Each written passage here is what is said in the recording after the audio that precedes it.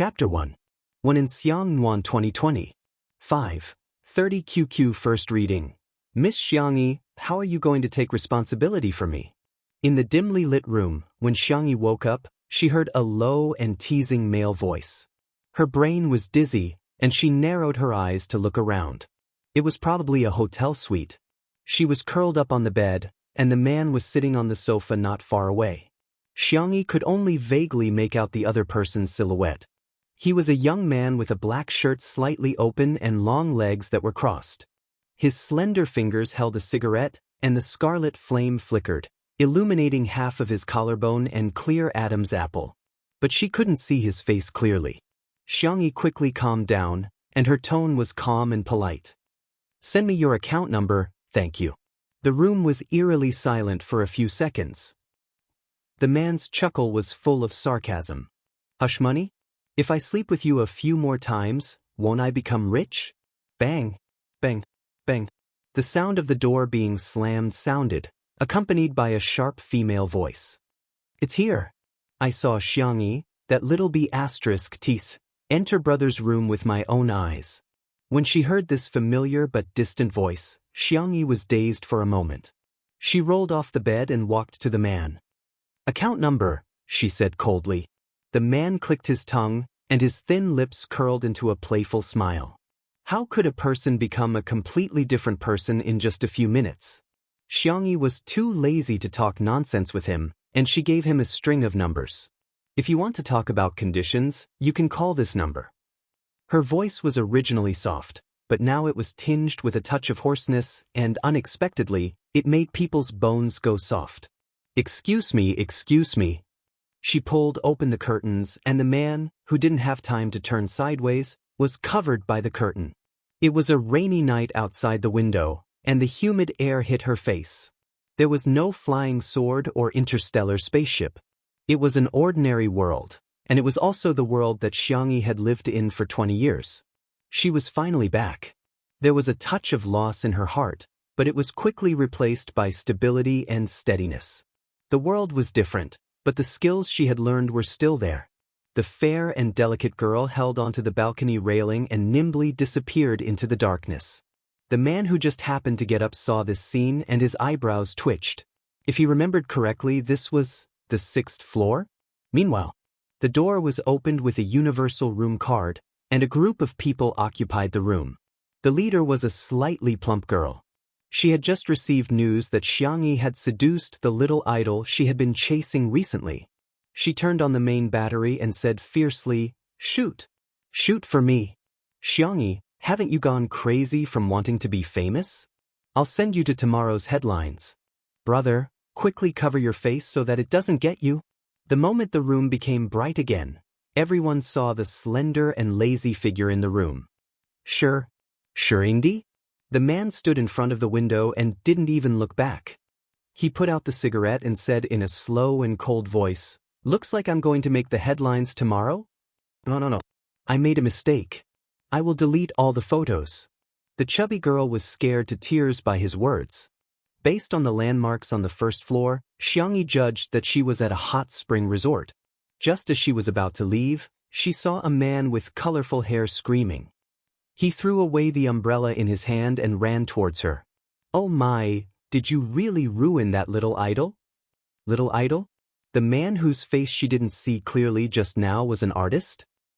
Xiangyi thought for 2 seconds and gave an objective evaluation. "I might have succeeded, but I might not have succeeded." The manager's vision darkened. "By the way, hello, who are you?" The manager's vision darkened even more. Chapter 2. Half an hour later, Xiangyi finally figured out that this feather duster. Oh no, this man with colorful hair was her manager, Anan. A year ago, she was in a car accident. When she woke up, she was bound to a system. Just like what was written in countless online novels, she began her fast-paced life. Today was the day she ended all her missions and returned to the real world. However, contrary to Xiangyi's judgment, her body did not fall into a vegetative state. Instead, it had been possessed by someone for a year. She stood in front of the full-length mirror. The girl in the mirror was excessively thin.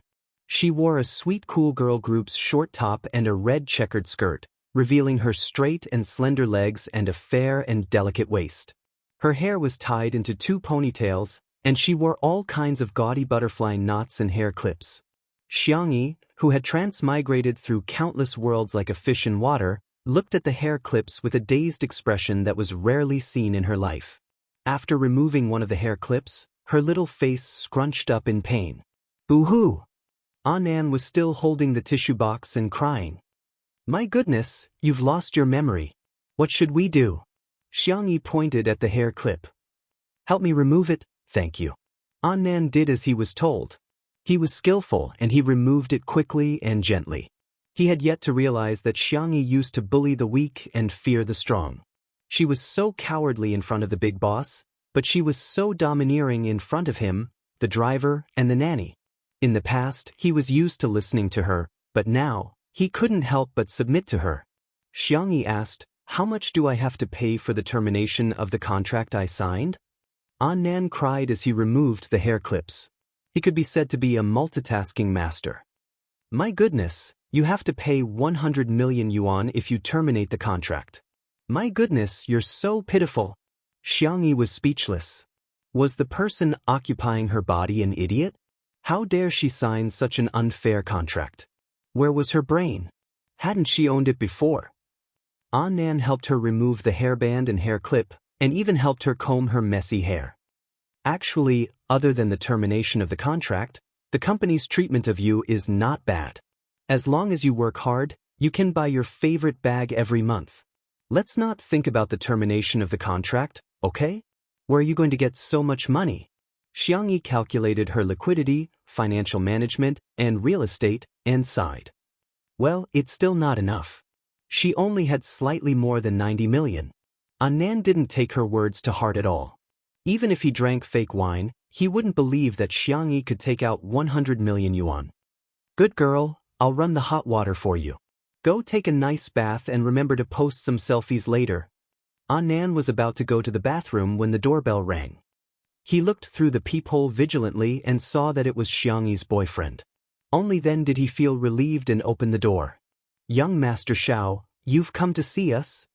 Annan smiled, but when he saw the weak girl hiding behind Xiao Yang, his expression changed. Xiao Yang held her hand and comforted her in a low voice. Don't be afraid, hubby will break up with that stupid woman now. Yes, brother Yang is the best. Annan exploded. Xiao Yang, you're shameless. My goodness is so good to you, and you actually cheated on her. You sissy, what right do you have to talk to me? Xiao Yang rolled his eyes at him and said arrogantly, Hey, I'm here to break up with you. He suddenly froze. The weak girl followed his gaze and couldn't help but be stunned. Was that stupid woman with the surname Xiang that beautiful? Chapter 3. Under the warm lighting, the girl was still so fair that she seemed to glow. Her long hair was loose and she was wearing a loose apricot knitted sweater. She was casually scrolling through her phone. Hearing the commotion, she raised her eyes and looked over. Xiao Yang, who was terrible at language, could not help but think of 2 adjectives. Her eyebrows were clear and her eyes were bright and her teeth were white. Especially her calm and arrogant temperament, it was simply too attractive. Yang. The weak girl felt uneasy and grabbed Xiao Yang's arm. Only then did Xiao Yang come back to his senses. He remembered how Xiangyi had insisted on dating him like a dog. Every time he wanted to break up with her, she would cry and make a fuss. She would even buy him all kinds of expensive gifts to please him. He suddenly felt confident. He did not like Xiangyi, but the bad habits of men made him enjoy the feeling of Xiangyi pestering him. Kuff Xiangyi, I'm sorry. I've fallen in love with Ruoruo. I know that you're so kind, you'll definitely give us your blessings, right? His tone was righteous. Xiangyi asked, Who are you? Annan explained, Darling, this is your boyfriend. He glared at Xiao Yang. Darling lost her memory and doesn't remember you. Xiao Yang did not believe him and sneered, Xiangyi, what tricks are you playing now? Do you think I'll believe you?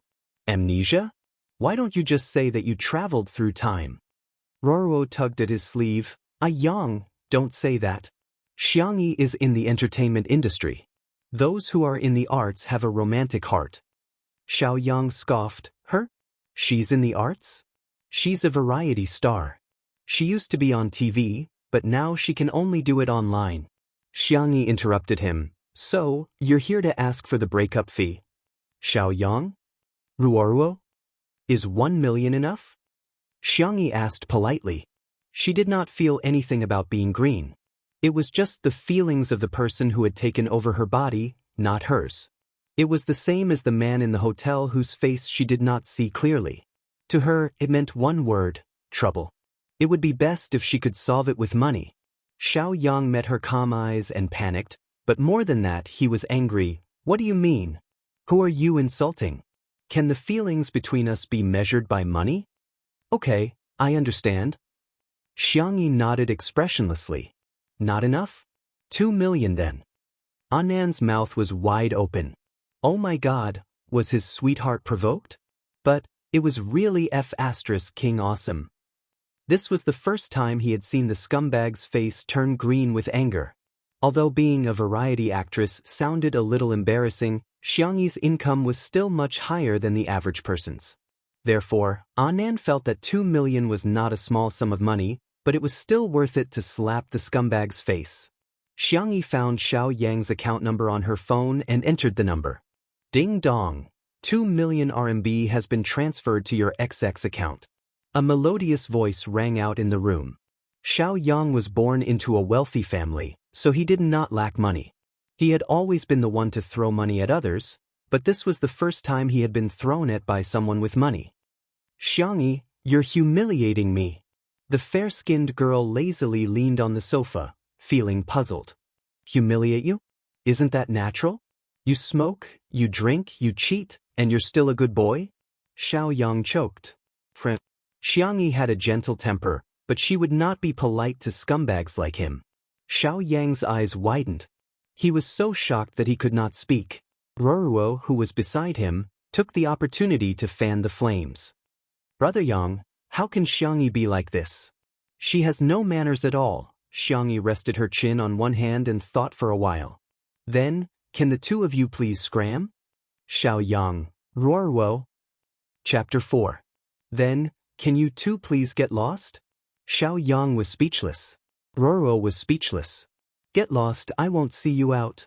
Xiangyi's tone was still nonchalant, as if she didn't care about this scumbag and little white flower. Xiao Yang choked. He didn't expect Xiangyi to treat him like this. The girl lowered her eyes, her gaze falling on the screen. He didn't know what she was looking at, but she was serious and focused. Her jawline was exquisite, and her hair fell softly. She looked like she had been living a peaceful life. She was a completely different person from the girl who only knew how to cry and throw tantrums in front of him. Good, very good. Xiangyi, don't you regret this? After leaving behind these harsh words, Xiao Yang angrily left with his beloved little white flower. Annan naturally wouldn't be nice to them, and he slammed the door. Xiao Yang was speechless. Xiangyi was crazy, and this sissy was crazy too. How dare he treat him like this? In the room, Annan was overjoyed. Good girl. You're so good at insulting him. But why did you give him so much money? It's not easy for you to earn money.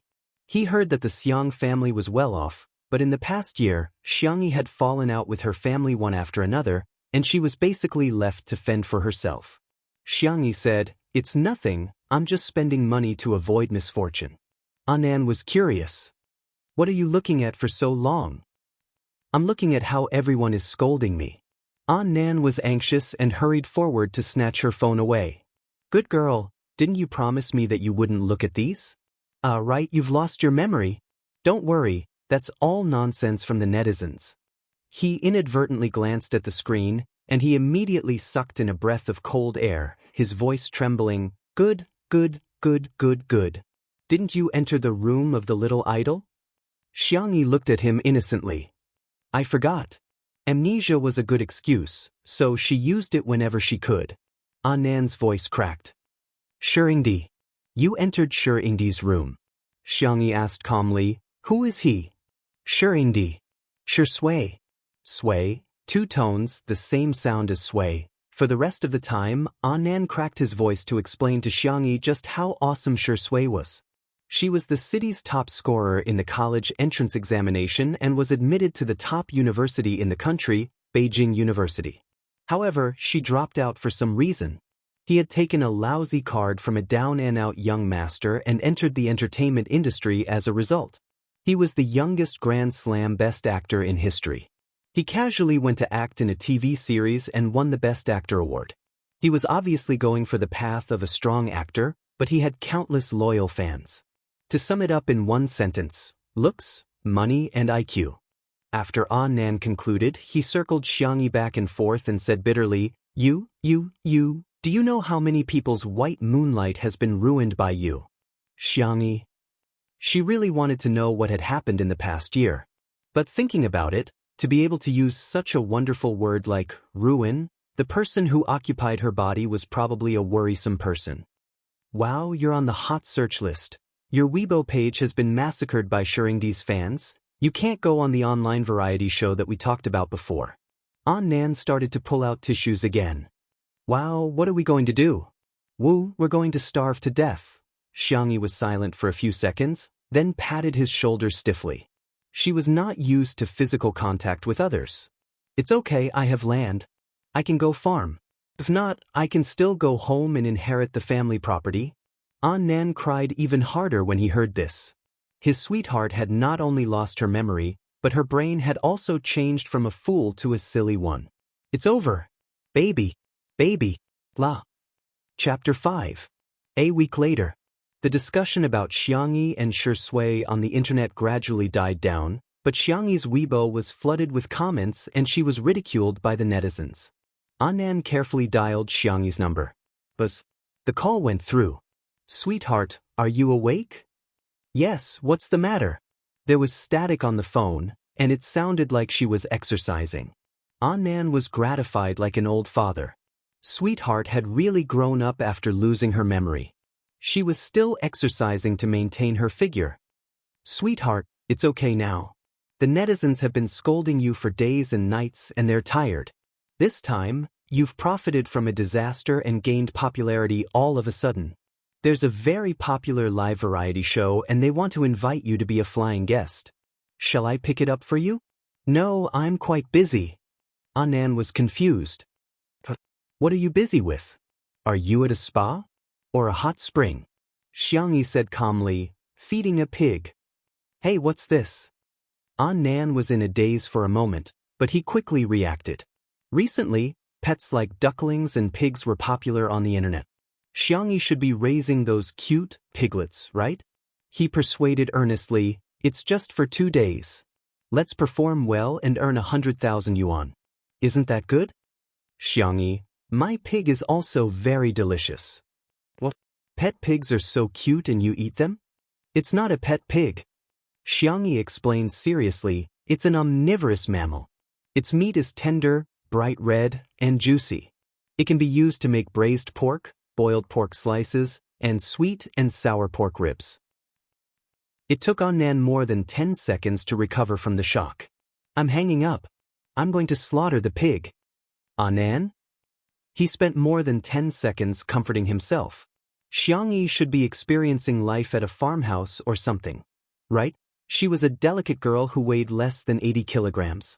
Could she even hold a butcher's knife, let alone slaughter a pig? Xingyao Entertainment. In the CEO's office. Xiang Feng sat casually on a leather swivel chair and shook his legs. He didn't look like a domineering CEO at all. You fired him, right? You ungrateful thing. You haven't treated him badly all these years. If you hadn't paid for his mother's medical expenses? Xiang Feng complained to the man in front of the window. From his angle, he could see the man's handsome side profile. His facial features were more three-dimensional than on the big screen. Broad shoulders and long legs, perfect proportions. He was dressed casually. His white shirt was rolled up in 2 folds, revealing his muscular forearms. His well-defined fingers were holding a cigarette, but he didn't smoke. He just played with it casually. Shui said lazily, let's not talk about someone we'll never meet again. Xiang Feng curled his lips. Fine, whatever you say. Who told you to be the top star of our company? Hey, I was just joking. Don't look at me like that, it's scary. A week ago, Sui's assistant, who had been working for him for many years, betrayed him and leaked a lot of information to the paparazzi. Most of it was fabricated based on groundless accusations, but the mixture of truth and falsehood caused a lot of waves because of the assistant's special identity. Xianxia entering his room was just one of the insignificant things. Thinking of his little niece who had lost her memory, Xiang Feng had a headache. Xianxia is hopeless. How dare she enter your room? I'm so angry. If I talk to her again, I'm a dog. As soon as he finished speaking, his phone suddenly rang. The caller ID, Little Xianxia. Chapter 6. Xiang Feng. He jumped back and forth between taking the call and not taking it, swaying wildly. If he didn't take it, Xianxia was his little niece after all. What if she was really in danger? If he took it, wouldn't that be admitting that he was a dog in front of Shui? I'm the CEO of Xingyao Entertainment, why would I do something like that? The next second, Xiang Feng answered the phone expressionlessly, his tone cold. Hey, if you have something to say, say it. If you don't disturb me. A soft and well-behaved voice came through the receiver. Little uncle, are you working overtime? Can I bring you some food? Xiang Feng remembered that he had posted a picture of himself working overtime in order to show off. He almost agreed, thinking that this was just Xianxia deliberately trying to please him. Who knew what kind of trouble she was going to cause? Over the past year, she had used the excuse of amnesia to drive her grandfather to the hospital. Her grandmother had fainted several times, and her brothers had all fallen out. Although Xiang Feng was senior, he was only a few years older than Xianxia, so he had doted on her since she was young. In the beginning, he helped her clean up a lot of her messes, but after being hurt again and again, he was too lazy to care about Xiangxia's affairs. No need, our company has overtime meals. Xiang Feng's attitude was cold. He was prepared for Xianxia to mess around with him, but after waiting for a few seconds, Xianxia didn't do anything. Instead, I cooked it myself. Xianxia spoke unhurriedly, sounding like a gentle person with a good temper. Braised meat rice, sweet and sour pork ribs, boiled vegetables, and pumpkin porridge. Huh! Xiang Feng was stunned. Xianxia had been good at cooking since she was young and loved to tinker with all kinds of delicious food. A year ago, she insisted that she had amnesia and even forgotten her cooking skills. Over the past year, Xiang Feng hadn't even seen her boil a pot of hot water, let alone food. Sorry, I forgot to tell you. Little uncle, I've recovered my memory. The female voice on the receiver had a familiar soft tone. But over the past year, Xiang Feng had been too disappointed in her, so now he was skeptical, and more than he trusted her. Come if you want. Your legs are on your body, I can't stop you. He hung up the phone. Xiang Feng rubbed the goosebumps on his arms. Brother Shui, do you think my little niece has schizophrenia? She's just like that crazy character you played when you won the Best Actor award? Shui raised her eyebrows. What did you call me? Xiang Feng. I've really gone overboard, how dare I call Shui by his nickname? Ahem, you're younger than me in the first place? It's natural for me to call you little brother. Shui sneered, I'm not young. Xiang Feng. F***ck, the wheels of the car are on my face. I just feel that my little niece seems to have changed into another person. She even said that she had regained her memories. I don't know if I should believe her.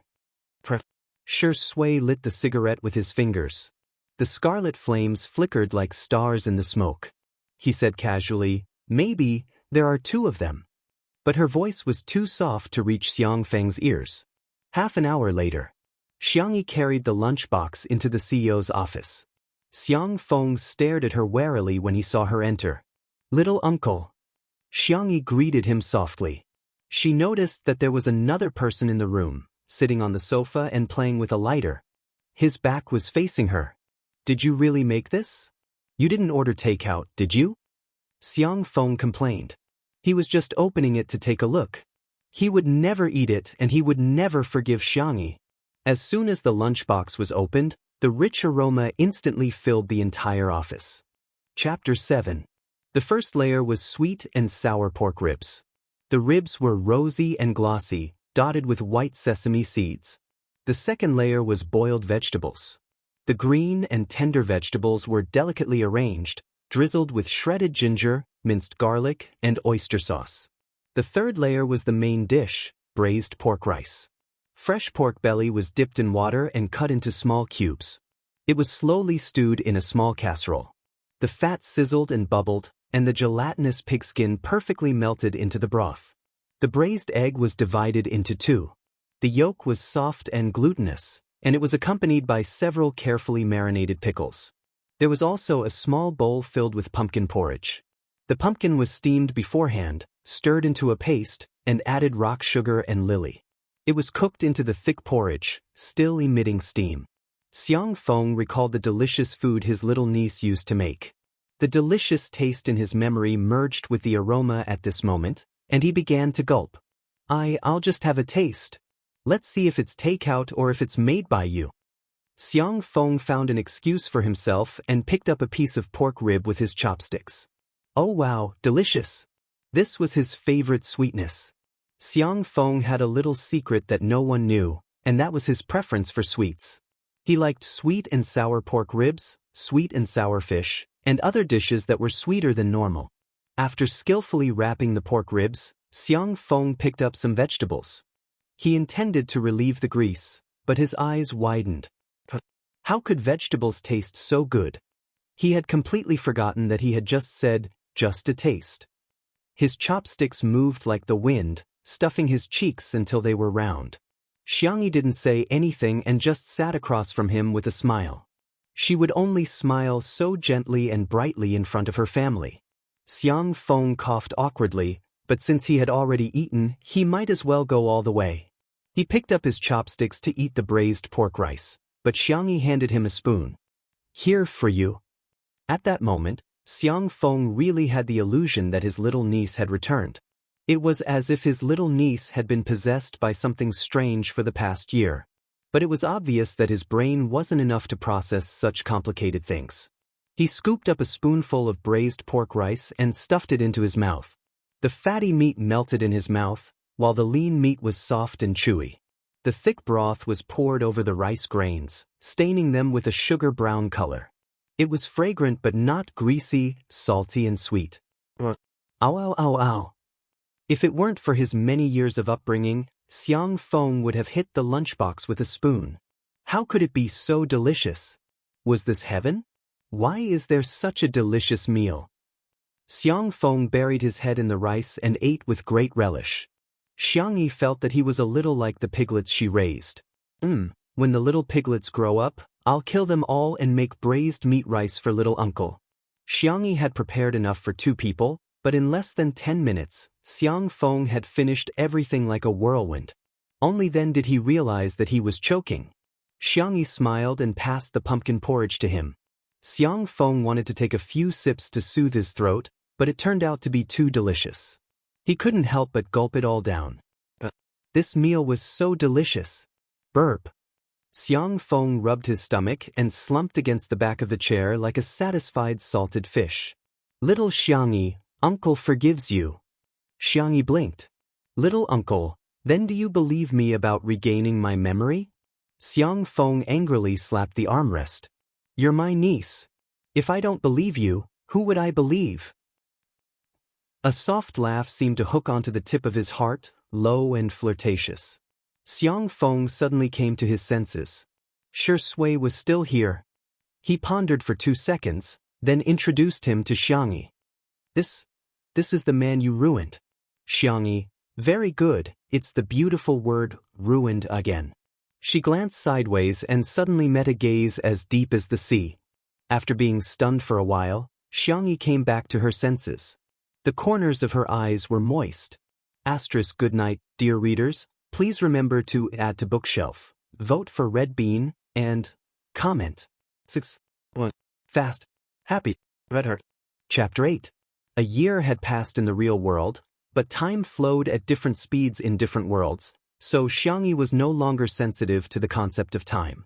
But the moment she saw Shui's face, Xianxia remembered a certain point in time. At her 16th birthday party, she caught a glimpse of him. From that day onwards, she secretly fell in love with someone whose name she didn't know. Perhaps the so-called crush she had when she was young wasn't a passionate feeling, but when she thought of him in a distant world, there would always be a touch of sweetness in her heart. He was her white moonlight. Shui noticed her strangeness and raised his eyebrows slightly. Xianxia quickly adjusted her mood and greeted him graciously. "Hello, I'm Xianxia." The courtesy and demeanor of the Xiang family were engraved in their bones, but their personalities were different. Xiang Feng was noisy and lively, while Xianxia was very gentle. This was the evaluation that involuntarily appeared in Shui's mind. The woman who broke into his room that night was pretentious and deliberately coquettish, and the way she recommended herself to be his pillow was disgusting. After fainting, she became calm and sober. Sure enough, there were two people. He thought. "Hello, Shui." The man's voice was languid and low, slightly dragging out his tone, and inexplicably flirting with her. "Xianxia, about last time? I'm sorry. Actually, when I recovered my memory, I also lost my memory of the past year." Her expression was calm. She was simply an ordinary little genius at shifting the blame. "Don't ask. If you do, you'll lose your memory." Xiang Feng was shocked. "What? How did you recover your memory and then lose it? Little Xianxia, do you have a headache?" "No, I have to take you to Xiangli for a checkup." "I'm fine. I've already had a physical examination." This week, Xianxia not only learned about what had happened in the past year, but also used medicinal cuisine to recuperate for herself. This body was obviously malnourished, and she must have deliberately pursued a good figure by dieting to lose weight. Also, second brother probably doesn't want to see me now. Xiang Feng. That's true. Xiangli was a medical doctor. Although he was more in the theoretical direction, his hands were extremely important. He had done countless precise experiments, but because of Xiangyi's willfulness, the nerves in his left wrist were damaged. If the medical and scientific community were to find out about this, there would probably be tens of thousands of people asking Xiangyi to commit suicide as an apology. Xiangyi felt that her medicinal cuisine and medical skills might be able to cure her second brother's hand, but this matter could not be rushed. To restore his relationship with his family, he had to do it one by one. Her youngest uncle was the closest to her and had a carefree personality. He was the person she had the most confidence in. That was why she came to him first. She didn't deliberately explain anything. She lowered her head and quietly packed the lunch boxes. Xiang Feng glanced at her, and his face almost turned red. The lunchbox was so clean that it looked like it had been licked. Shiny. He pretended to sound like a professional. "Ahem, Shui, do you have any thoughts about your work arrangement?" Shui said casually, "Rest for a while and find a place to plant flowers and fish." Xiang Feng. "Okay, it's good for you to rest. If there's a suitable job, I'll keep an eye out for you. But you'll have to find a new assistant. With your bad habits, you probably won't even pick up a fallen oil bottle. If you live alone, there are only two endings. You'll either be poisoned by takeout or starve to death. It's best to find someone who can cook." Xiangyi suddenly raised her head. "I can." Shui looked at her with a faint smile. If the two of them were using a 5G network, then Xiang Feng was using a 2G network. He looked confused. "What do you mean you can?" Chapter 9. Xiangyi explained in a gentle voice, "I can be his assistant. I'm pretty good at cooking." Shui was her white moonlight. Her love for him wasn't the kind that wanted to be his girlfriend, but more like a fan. She just wanted to be nice to him. What's more, when she transmigrated in the past, she was bound to a nurse system. Simply put, it was to assist her teammates and let them attack their opponents. Most of the skills she had mastered were supportive in nature. Perhaps they weren't lethal, but she was quite suitable as an assistant. Xiang Feng panicked when he heard this. How can that be? How can a girl from our Xiang family cook for another man? Is he worthy? He's not. A chill ran down his spine, and Xiang Feng abruptly changed his words. It's not that he's not worthy, it's just that I'm afraid you'll tire yourself out. Besides, you're an artist. How can you be an assistant to another artist? Xiangyi, I have plans to quit the entertainment industry. Xiang Feng's expression was sluggish. He thought he had misheard. Xianxia repeated, I want to quit the industry. Just after I recovered my memories, I found my original heart and realized the true meaning of life. That is, to return to the countryside and have my heart set on the mountains and rivers. The latter half of the sentence was nonsense, but the truth was, the max-level big boss is tired and wants to retire peacefully. Xiang Feng was in a bit of a trance. One had to know that a year ago, his little niece had cried and kicked up a fuss in order to enter the entertainment industry. The Xiang family had been tormented by her. The little princess of the Xiang family could have gotten a meteorite if she wanted the stars in the sky. Why would she want to suffer in the entertainment industry? But Xiang Feng couldn't stand her crying. As her uncle, his heart softened and he was prepared to sign her to his company and personally feed her resources. But in the end, she was bewitched by her so-called sister and signed an unfair contract with a notorious small company. Xiang Feng was furious when he found out, but she still had the audacity to accuse him of not understanding how good and kind her sister was. Xiang Feng was truly heartbroken at that time. At this moment he seriously thought about it. Of course, quitting the industry was a good thing. With her eyesore singing and acting skills, she would drag down the standards of the entire entertainment industry. The idea of being an assistant seemed a bit absurd to him. What was she after? How much money could she make? In a flash, Xiang Feng suddenly had an epiphany. Damn, what kind of money was this?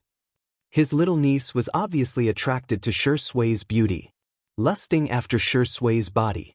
Thinking of this, Xiang Feng decisively refused. If you want to leave the industry, I can help you. Forget about being an assistant. Xianxia had only mentioned it casually. Since Xiang Feng didn't agree, she didn't say anything else. A person like Shi Sui could get any assistant she wanted. She was worrying too much. Little uncle Mr. Shi, I'll be leaving first. Xianxia greeted him obediently. After taking a few steps out, she suddenly thought of something and turned back to take out a small bag of snowflake pastries from her bag. She stuffed it into Xiang Feng's hands. Try it and see if you like it. If you like it, let me know on WeChat. I'll make more for you next time. This was how the members of the Xiang family got along. Whenever there was something good, they would always think of their family. Xiang Feng doted on his little niece, so Xianxia would also try her best to treat him well. The girl's footsteps were light as she left the office. Shi Sui's deep eyes seemed to fall on Xiang Feng's hands. Peanuts, biscuits, almonds, dried cranberries, chopped up and mixed with melted cotton candy and powdered milk. Each piece was exquisite and small, exuding a sweet and light aroma. Xiang Feng smiled like a landlord's silly son. You don't like sweet things, right? Then I won't share with you. He opened his mouth to the limit and stuffed all the snowflake pastries into his mouth in one breath. Shi Sui. Chapter 10. The next day. At around 10 in the morning, Xianxia received a call from her manager, Nan. He asked uneasily, Sweetheart, are you up yet? Previously, Xianxia had a bad temper when she woke up. If anyone accidentally disturbed her, they would be scolded badly. Xianxia turned on the speakerphone and placed her phone on the flower rack. She used gardening scissors to trim a few broken daisies. What's the matter? Her biological clock was very accurate. No matter where she was, she would wake up at 7 o'clock sharp, unless it was raining or snowing. Nan heaved a sigh of relief and said in a fawning tone, Sweetheart, do you want to reconsider that variety show? After all, you don't have any other jobs and have nothing to do. Xianxia thought for a moment and said, Come to my house. Let's talk face to face. I'll send you the address. After hanging up, Nan was still a little confused. Didn't Xianxia live in the company apartment? Could she have moved? An hour later, Nan's eyes widened as he stared at the magnificent black wrought iron gate. There was a Roman-style fountain in front of the European-style villa. The garden? No, it should be called a manor. There were flowers everywhere. The Chinese roses bloomed the best in the late spring season. At a glance, there were at least dozens of varieties, including shrubs and vines. Behind them was a boundless expanse of vegetable fields. Further away, there seemed to be a farm. The door opened automatically. Not far away, Xianxia, who was wearing a white cotton dress and a light-colored straw hat, waved at him. She was carrying a hand-woven rattan basket with freshly picked vegetables and fruits. Anan was worried. He jogged over to Xianxia and looked at her with watery eyes. "Sweetheart, are you locked up here? Just like in the novels, the overbearing Seol locked you up here and you're not allowed to go anywhere. You can only be his little canary." Xianxia didn't know whether to laugh or cry. "Don't worry, our country has a complete set of criminal laws. This is the house my mother left me. No one is restricting my personal freedom." Nan heaved a sigh of relief and asked curiously, "Why are there so many vegetable fields? The terrain here doesn't look like farmland." He had heard a little about Xiangyi's family background. He had heard that she was from a wealthy family, so he wasn't too surprised. "Oh, it was originally a golf course, but it was renovated later." "Anan?" He thought absent-mindedly, "Is the life of the rich so simple and down-to-earth? It's lunchtime. There's still a small pot of rice left from yesterday. Can we eat egg-fried rice?" Xiangyi tilted her head and asked, "Anan, huh? Do you have a housekeeper? I don't know how to cook." He subconsciously thought that Xiangyi wouldn't either. "I will." "Oh my God, you're amazing. You're really awesome." Nan went against his conscience and praised her. As the king of rainbow fart managers, bragging about his own artists was a professional thing to do. My dear, you haven't shown your face in a long time. Why don't you start a live stream and cook?" Dark cuisine was dark cuisine. It was the same logic as black and red cuisine. Nan comforted himself with a very optimistic spirit, thinking that no matter how bad Xiangyi's cooking was, he would still take a bite with no qualms about death. Chapter 11. Nan used Xiangyi's Weibo account to post a live stream announcement. When the time came, many fans instantly flooded the live stream. In the past year, Xiangyi was a typical example of someone who couldn't do anything in the entertainment industry and was known for crying. When she was acting, she would pout and stare at her with her eyes wide open. When she sang, she would go off-key and infuriate 10 sound engineers. She was nicknamed the Crybaby and the Little Vase. But even so, Xiangyi still had a group of die-hard fans who adored her good looks. Where is she? Sister E, I miss you so much. My pretty sister is here. Nan's flowery shirt looks nice today. Please share a link. Sweetheart is going to live stream cooking for everyone today. Are you guys surprised? Are you surprised? I'm sure everyone must be like me, looking forward to seeing what she'll cook. Nan greeted everyone first. He often accompanied Xiangyi on live streams, so the fans were quite friendly to him. He wandered over to Xiangyi. Sweetheart, say hello to everyone. Xiangyi naturally said, Good afternoon, have you all eaten? I'm going to cook some egg-fried rice.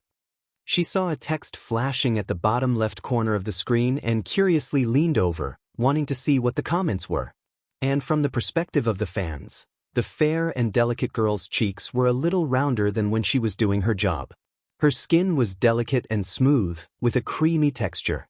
After getting closer, it was a beautiful sight. For a moment, the comments were all, I'm dead, my sister's face is killing me, and, I'm full. Xiangyi looked at it for a while and realized that the netizens were just as interesting no matter which world they were in. She put some distance between them and smiled slightly. Egg-fried rice is very easy to make. Apart from the necessary ingredients, rice and eggs, you can also adjust it to your taste. Today, I've prepared green beans, carrots, shiitake mushrooms, shrimp, and ham.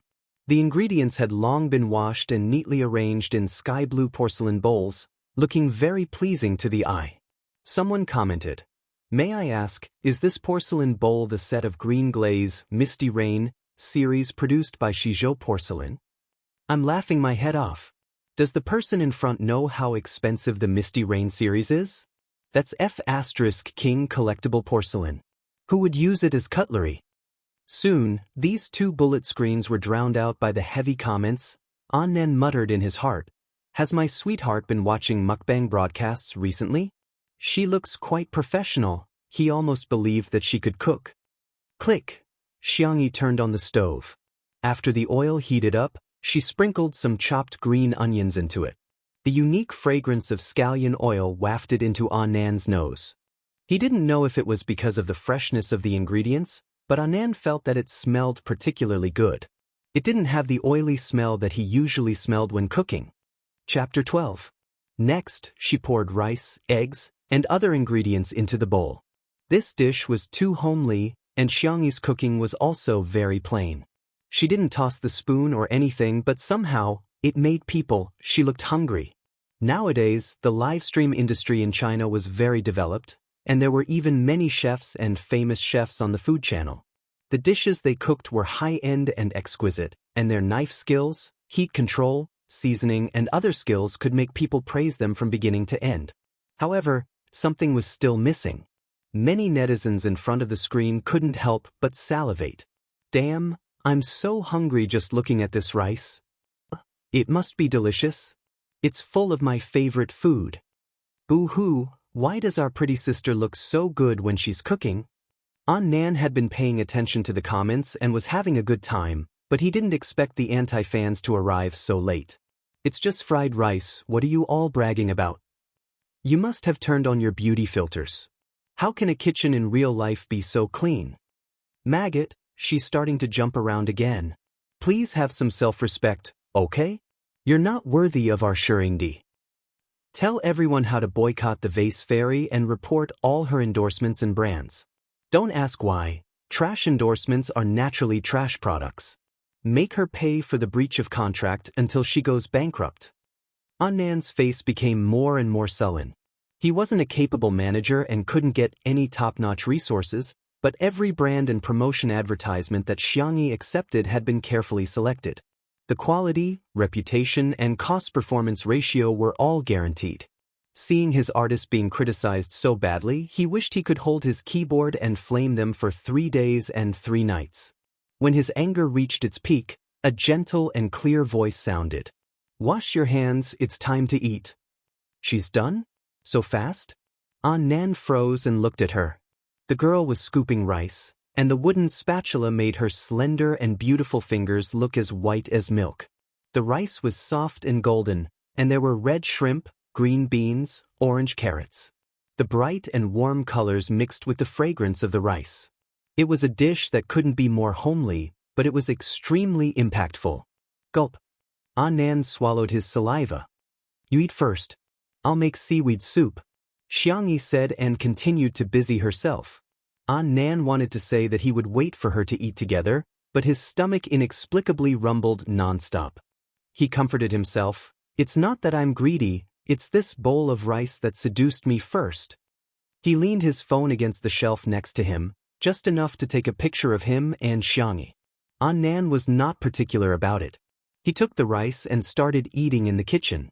The moment the rice entered his mouth, the netizens in front of the screen realized that the screen had stopped moving. Is the internet lagging? They tapped on the screen and found that everything was normal. After a full 10 seconds, Nan, who had maintained a state of stillness, finally returned to normal. His voice was unexpectedly tinged with a sobbing tone. F***CK. What kind of delicacy is this? Chapter 13. Nan never thought that a simple bowl of egg-fried rice could be so delicious. He had been watching the entire process of Xianxi's cooking. She didn't add any seasonings like MSG or chicken powder, but the rice was still incredibly fresh. The rice was soft and chewy. He scooped a big mouthful of rice into his mouth. The rich variety of ingredients created a sense of deliciousness and bliss.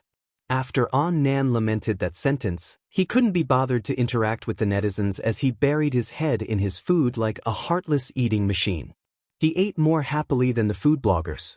Since it was lunchtime, many netizens couldn't help but click on the blue or yellow apps to search for fried rice and place orders.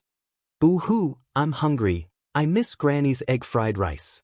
She always puts a lot of shrimps in it. Heh, it's obvious that she's just putting on a show. It's just egg fried rice, how delicious can it be? The manager is too pretentious. I hate sissy men the most. It's so delicious that they cry. Is it that exaggerated? Disgusting. A certain vase fairy can't get any more attention. Is she trying to create a gourmet persona now? TSK, she doesn't even know how to toss a wok and toss a ladle. If she doesn't fail, I'm going to eat zich asterisk T live. The bullet screen was instantly filled with arguments. The seaweed and egg soup was soon ready. Xianxia scooped a bowl for Nan. Nan looked embarrassed. The soup was supposed to go with his rice, but he had already finished his rice. Xianxia didn't have a big appetite. Recently, she had been deliberately eating more in order to gain some weight. She was 165 meters tall, and her body was less than 40 kilograms. She looked beautiful on camera, but in reality, she was so thin that she was a little out of shape. Her body was so weak that even tossing a ladle felt tiring. She generously shared half a bowl of rice with Nan, which moved him to tears. Good girl, I want to be your manager for the rest of your life. I'll accompany you through all obstacles, conquer the world, and reach the peak with you. Xianxia was speechless. That's not necessary. I just want to sleep in the fields. Meanwhile, at the headquarters of Muyao's satellite TV, I was the one who prepared the variety show, Heartbeat, first. Why should someone else film it? I refuse to accept this. Li Jinyu was a director and scriptwriter in the variety team. His performance and ability had always been outstanding. In the early years, the few programs he did had good ratings, but as time passed, the programs slowly became outdated and had now been discontinued. Heartbeat was an idea that he had painstakingly come up with. It was positioned as a theme of love and life, allowing the male and female guests to live under the same roof and create small sparks of love in their daily interactions. But when he submitted the proposal, all he got was a cold notice. The station wanted to give the show to another director, Chen. Li Jinyu argued for a long time, but the boss in front of him, who had a receding hairline, kept evading him. His anger seemed to have hit a ball of cotton, and he felt extremely aggrieved. Little Li, for this show, it doesn't matter who acts in it. Besides, where do you have the connections and resources now? I heard that you even invited that pretty face, Xianxia. This kind of A-lister is also a flop. You should settle down. Later on, I can arrange for you to be Director Chen's assistant. On one hand, he was suppressing them while on the other, he was showing them mercy. It seemed like he was leaving them some leeway, but in fact he was fearless. He was sure that Li Jinyu would not leave Muyao TV. However, he forgot that everyone had a bottom line. Bam! Li Jinyu threw down his resignation letter on the spot under his boss's shocked gaze. Walking out of the TV station, he took a deep breath and dialed the number of an old friend of many years. Brother Sure, no, Father Sure, Master Sure, can you help me? Chapter 14. Nan didn't expect that his impromptu live stream would cause such a stir on a well-known gossip forum. Let's see how good the fried rice made by a certain female star surnamed X is today. There were all sorts of replies. Her cooking is so, but I'm really hungry after watching it. Surname X? Isn't it just that little vase Xianxia? Is she crying again? To be honest, her face is really good looking. Even if she cries, I like her face. Isn't it enough to ride on our Sure Ingdi's popularity? She's even coming to the forum to fish. She really loves marketing. F***ck, why did I have to search for the replay? I said I was on a diet and wouldn't eat at night. In the end, I ordered fried rice and ate happily while watching the video. At this moment, Nan was lying on a rocking chair, holding a transparent salad bowl in his arms. Inside were pieces of iced watermelon that Xianxia had dug out. He didn't know what kind of watermelon this was. Not only was it sweet, but it also had very few seeds. Nan simply couldn't be bothered to spit out the seeds and just stuffed them into his mouth, unable to stop. Xianxia was sitting next to him, reading a book with a wool blanket draped over her shoulders. Her delicate eyebrows were lowered, and her hair had been dyed black and tied into a bun at some point. A few strands of hair were fluffy and scattered around her temples, making her look even more girly than when she deliberately tied her hair into two ponytails. Nan's stomach was round from eating before he remembered the purpose of his visit today. Ahem, good girl, you've already rested for a week. Why don't we work harder and go back to work for a few days? In terms of ability, Nan wasn't the most outstanding agent, but he was really patient and willing to coax people. Many small-time artists wanted to work under him. Xianxia flipped a page of the book in her hand and said gently, I've already prepared the liquidated damages and a lawyer. As soon as her little uncle heard that she wanted to quit the industry, he gave her the contact information of the Xiang family's legal team. The contract she signed was an overbearing one. If she had a good lawyer, the liquidated damages wouldn't be as exaggerated as 100 million yuan. Her own money would be enough. However, her little uncle still transferred a sum of money. He probably gave her all his private savings. An Nan was stunned. You really want to quit the industry? You fell out with your family in order to enter the entertainment industry. Isn't being an artist your dream? Xianxia shook her head. Perhaps it was the dream of the person who had taken over her body, but in her opinion, that person only seemed to enjoy the popularity and attention of being an artiste and did not care much about her professional abilities. Otherwise, she would not have made so many jokes and ended up as a variety show star. While they were talking, An Nan's phone rang. He picked it up and listened for a while before looking at Xianxia. It's Director Li. He wants to talk to you. Xianxia gave a non-committal reply. An Nan turned on the speaker, and from the receiver came Director Li's excited voice. Miss Xianxia, I'd like to invite you to partner with Shi Yingdi in my new variety show. Chapter 15. Xianxia raised her eyebrows. Shi Sui. That's right, that's him. Li Jianyu's tone was relaxed, as if a heavy burden had been lifted from his shoulders. Let me tell you the specifics. It's similar to the style of the previous variety show, but this time it's more life-oriented. The main content is that you and Shi Yingdi live under the same roof, planting flowers, raising fish, and so on. Then, every episode, we'll invite flying guests over. The most important thing is that this variety show will be completely live. This is the first in the industry. Sounds good, but in terms of format, isn't it a little too dull? Xianxia voiced her own thoughts. Li Jianyu chatted with her excitedly. Meanwhile, An Nan was completely dumbfounded. Variety show? Shi Yingdi? Am I hallucinating because I'm too full? So actually, netizens are very tolerant of the subject matter. Some people like to see face slapping, while others like to see peaceful times. Some people think that each has its own audience, but I don't think that's the case. In fact, sometimes there are overlapping audiences. As Li Jianyu spoke, he suddenly exclaimed, I just sent the video of you cooking egg fried rice to Papa Shi. Cough, Shi Yingdi. He liked your Weibo post. I didn't know that you two were so close. To be honest, he was the one who recommended you to me. An Nan. Weibo likes? Recommended to be on a variety show.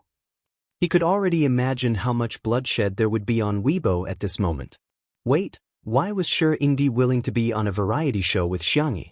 He had never been on a variety show before, and since it was a live variety show, this variety show's attention would definitely be unparalleled. Could it be that after Shi Yingdi was defiled, he fell in love with Xianxia? However, Xianxia's thought was that Shi Sui might like her cooking. She was originally prepared to terminate her contract, but suddenly felt that she could still live a little longer. She could feed her white moonlight until it was white and chubby. I have no problem with that. As for the specific details, please communicate with my manager, Xianxia said politely. Okay. Li Jianyu happily hung up the phone. Initially, he had asked Shi Sui for help in introducing an artist to him. However, he had not expected that Shi Sui would agree to participate in the live broadcast of the variety show. This was a glimmer of hope at the end of the tunnel. Li Jianyu refreshed the Weibo post where Shi Sui liked the egg fried rice video and saw that there were more than 10,000 comments. Li Jianyu sighed. Daddy Shi is indeed my Daddy Shi. He's even more popular than the top celebrities on Weibo. Not to mention Shi Sui's fans, even the netizens were dumbfounded. His hand must have slipped. I don't believe it, the account must have been hacked. I'm crying, sober up, you're the best actor. Why did he like an 18th tier female celebrity? Do you not have a heart? 2 days later, a variety show called Two Under One Roof officially announced the guest list, which instantly caused a sensation. Chapter 16. Two Under One Roof v. The country's first live-streaming lifestyle variety show, Two Under One Roof, is scheduled to air on May 1st. He's a powerful actor Shi Sui v, and she's a new singer full of energy Xianxia. Life is beautiful when you don't forget your original intentions. This summer, let's Xing Chinap. After the official announcement, Shui's studio was the first to forward the post with the caption, Shui Sisters, don't miss out on his first variety show. Shui Sisters was the name of Shui's fans, which was a homophone of his name. As soon as the studio stamped the post, the fans who had been holding back suddenly rejoiced as if they were celebrating the new year. Ah, it's finally open for business. It's Shui's first time on a variety show. I'm going crazy. I can hear the sound of geese within a 500-meter radius. It's a live stream. It's a live stream. Doesn't that mean we can watch Shui 24 hours a day? Isn't it just an app? I'll download it, okay? The reactions of the passers-by were, I know Shui. Who is this Xianxia? Is there such a person in the entertainment industry? It must be hard on the official Weibo account. They must be going bald from thinking of the title, New Singer, for the Vase Fairy. Singer? Has the Vase Fairy ever released a song before? She has. She's the guide to the ghost section of the shabby station. It said that she angered 10 sound engineers into leaving when she recorded that song. Those who say she's a singer are overpraising her. She's clearly a small-time variety show star who doesn't have any sense of variety. She's so awkward and she cries all the time. I'm so annoyed by her. Whenever she appears, I have to speed up the video twice or fast forward. I feel physically uncomfortable whenever I see her. All of a sudden, the popularity of Two Under One Roof rose steadily even before it started airing, and it was listed as one of the most searched terms. Hashtag Shui's variety show, hashtag Shui's business, hashtag what the hell is the Vase Fairy hashtag, at the Xiang residence. Xianxia received a WeChat message from Nan, asking her to forward the official Weibo post. She took a sip of the medicinal cuisine without a change in her expression, and then opened the app. She didn't use Weibo much, so it took her a while. Xianxia, be there or be square. Many people had been keeping an eye on her. When they saw her post on Weibo, they immediately rushed over. That's it? He's so cold, he doesn't even need to send an expression. Is he trying to act like a big shot? Blurg, you want to see our brother? Are you worthy? Take Shui away but don't ask him out. Our Shui and this person are just partners, don't cue us.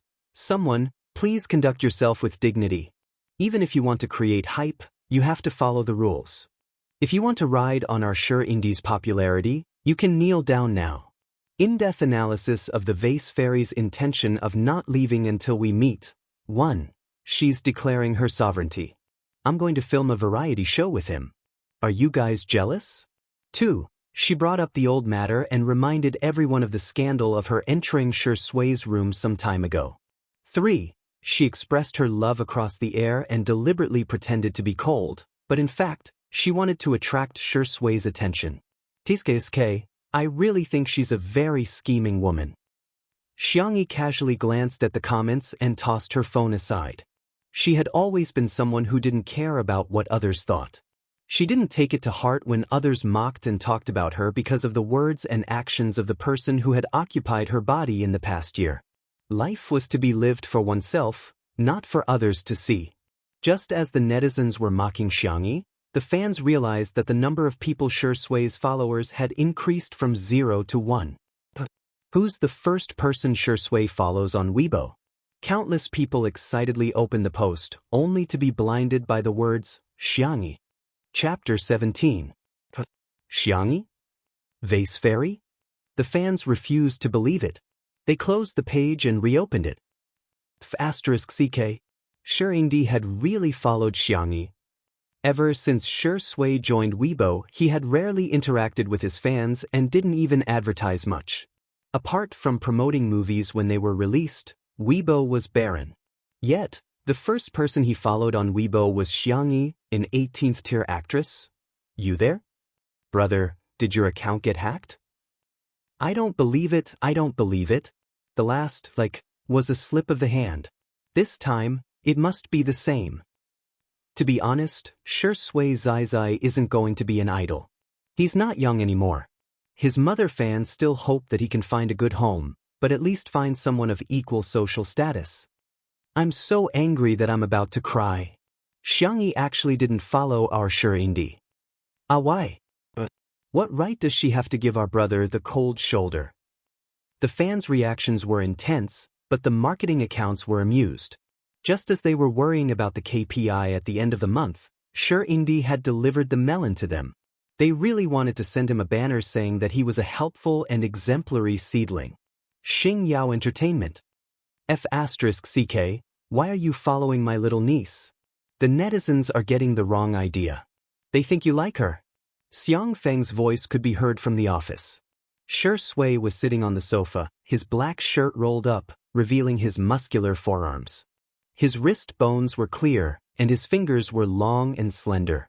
His smoking posture was languid and dispirited, creating a unique and charming temperament. My hand slipped, Shui said lazily, his voice a little hoarse from the smoke. How about I unfollow you? Xiang Feng panicked. Don't. If you really unfollow me, little Xiangyi will be scolded to death by the netizens. But then again, aren't you going to plant flowers? Why do I feel like you're planting a radish in my office? Shui's contract with the company gave him a lot of freedom. He also had his own studio.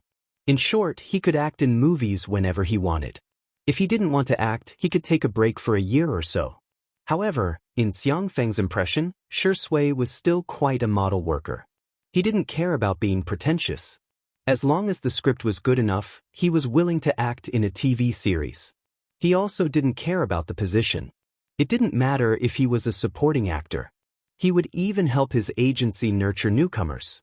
Xiang Feng felt that he was really burning incense to thank the heavens for signing him.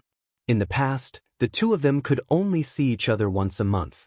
But recently, for some reason, they could see each other every day. Shui said, "It's quiet here." Is that so? Xiang Feng was skeptical.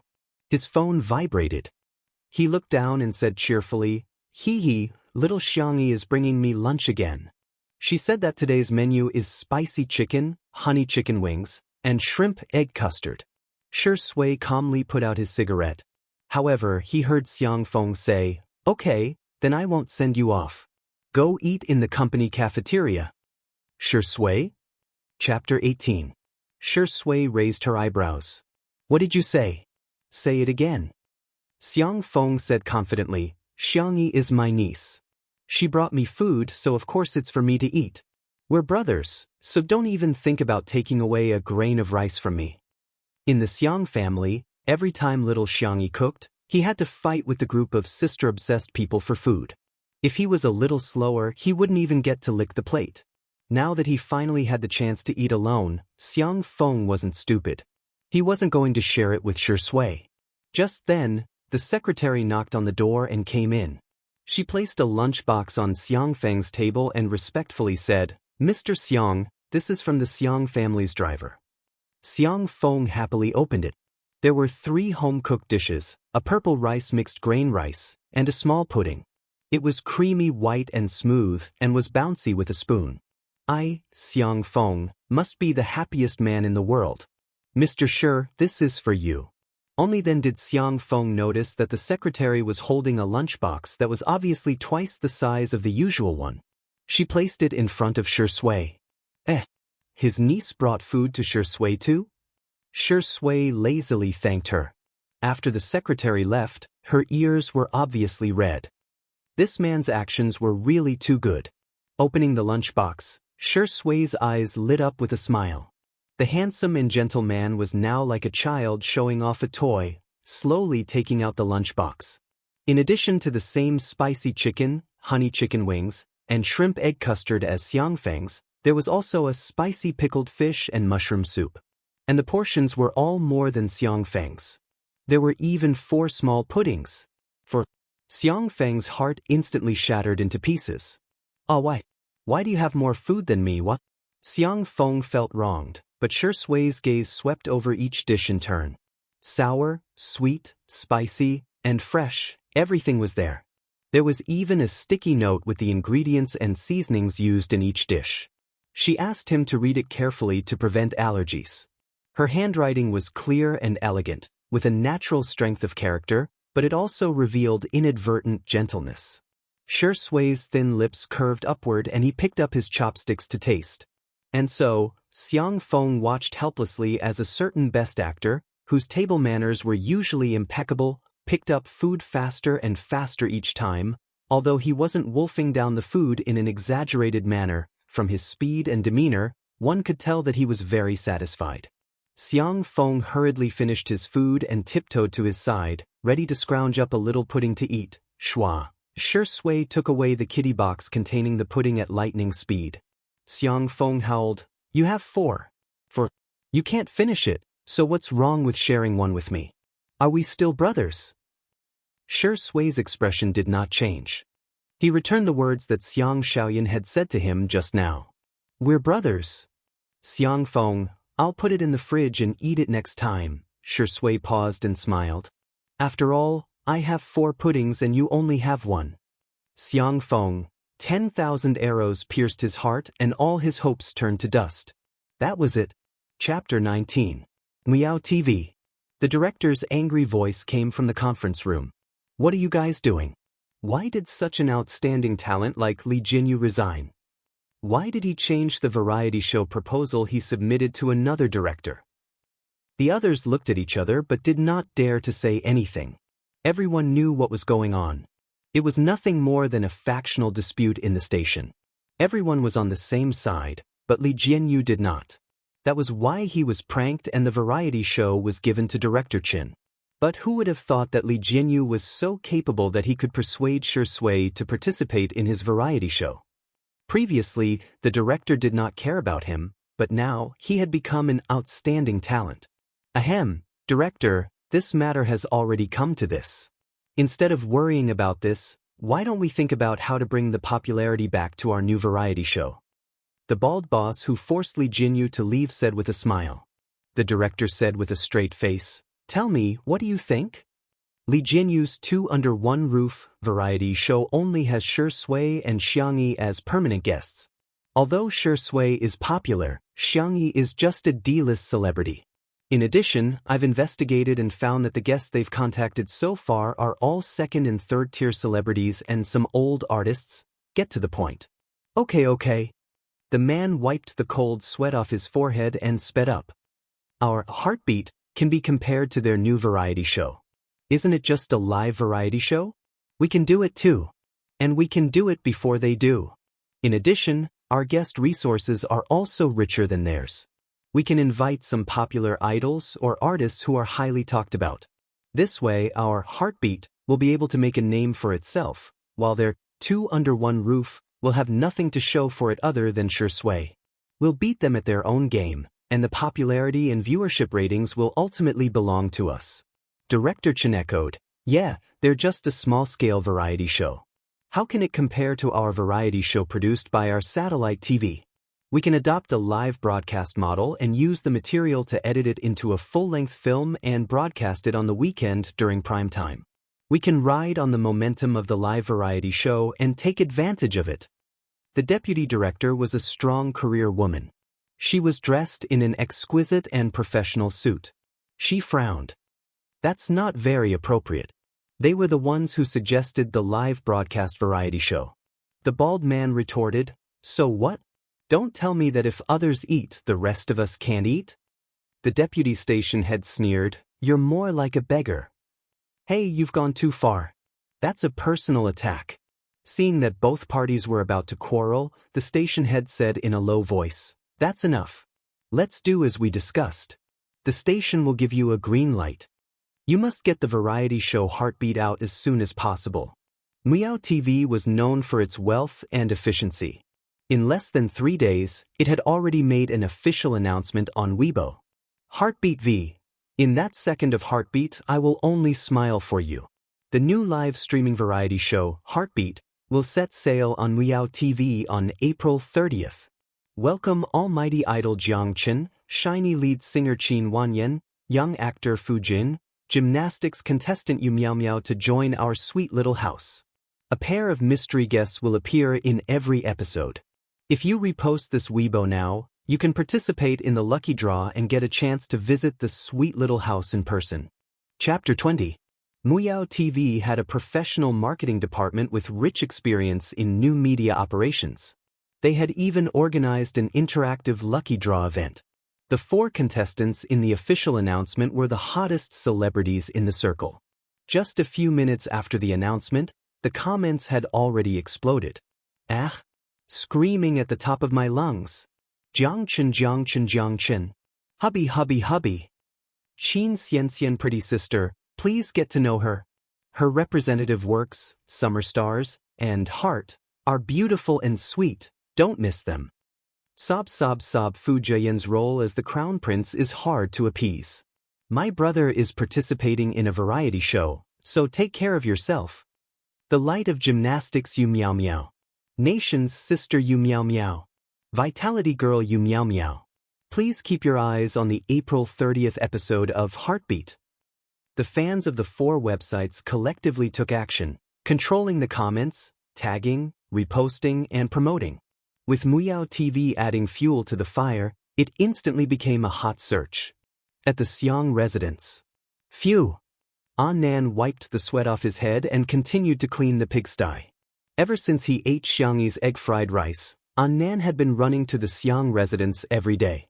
He claimed that he was there to talk about work, but in fact, he would do anything for food. He had initially resisted when Xiangyi asked him to clean the pigsty, but when he heard her say that the pork chops were tender and tasty, Nan smiled sweetly at the group of chubby piglets. After taking care of the piglets' hygiene, Nan, who was a heavy cell phone addict, logged onto Weibo and was immediately stunned by the overwhelming publicity of Heartbeat. How can they be so shameless? Not far away, Xiangyi was tending to a row of newly raised strawberry sprouts. The leaves were lush, and her fingers were white as she carefully trimmed the leaves. It seemed that no matter what happened, she could remain calm. Hearing Annan's curses, she looked up in confusion. What's wrong? Annan told her about Muyao TV's manipulation in a few words. He was so angry that his colorful hair stood up. Not only are they doing a live variety show, they're even broadcasting it a day before us. Aren't they deliberately trying to scam us?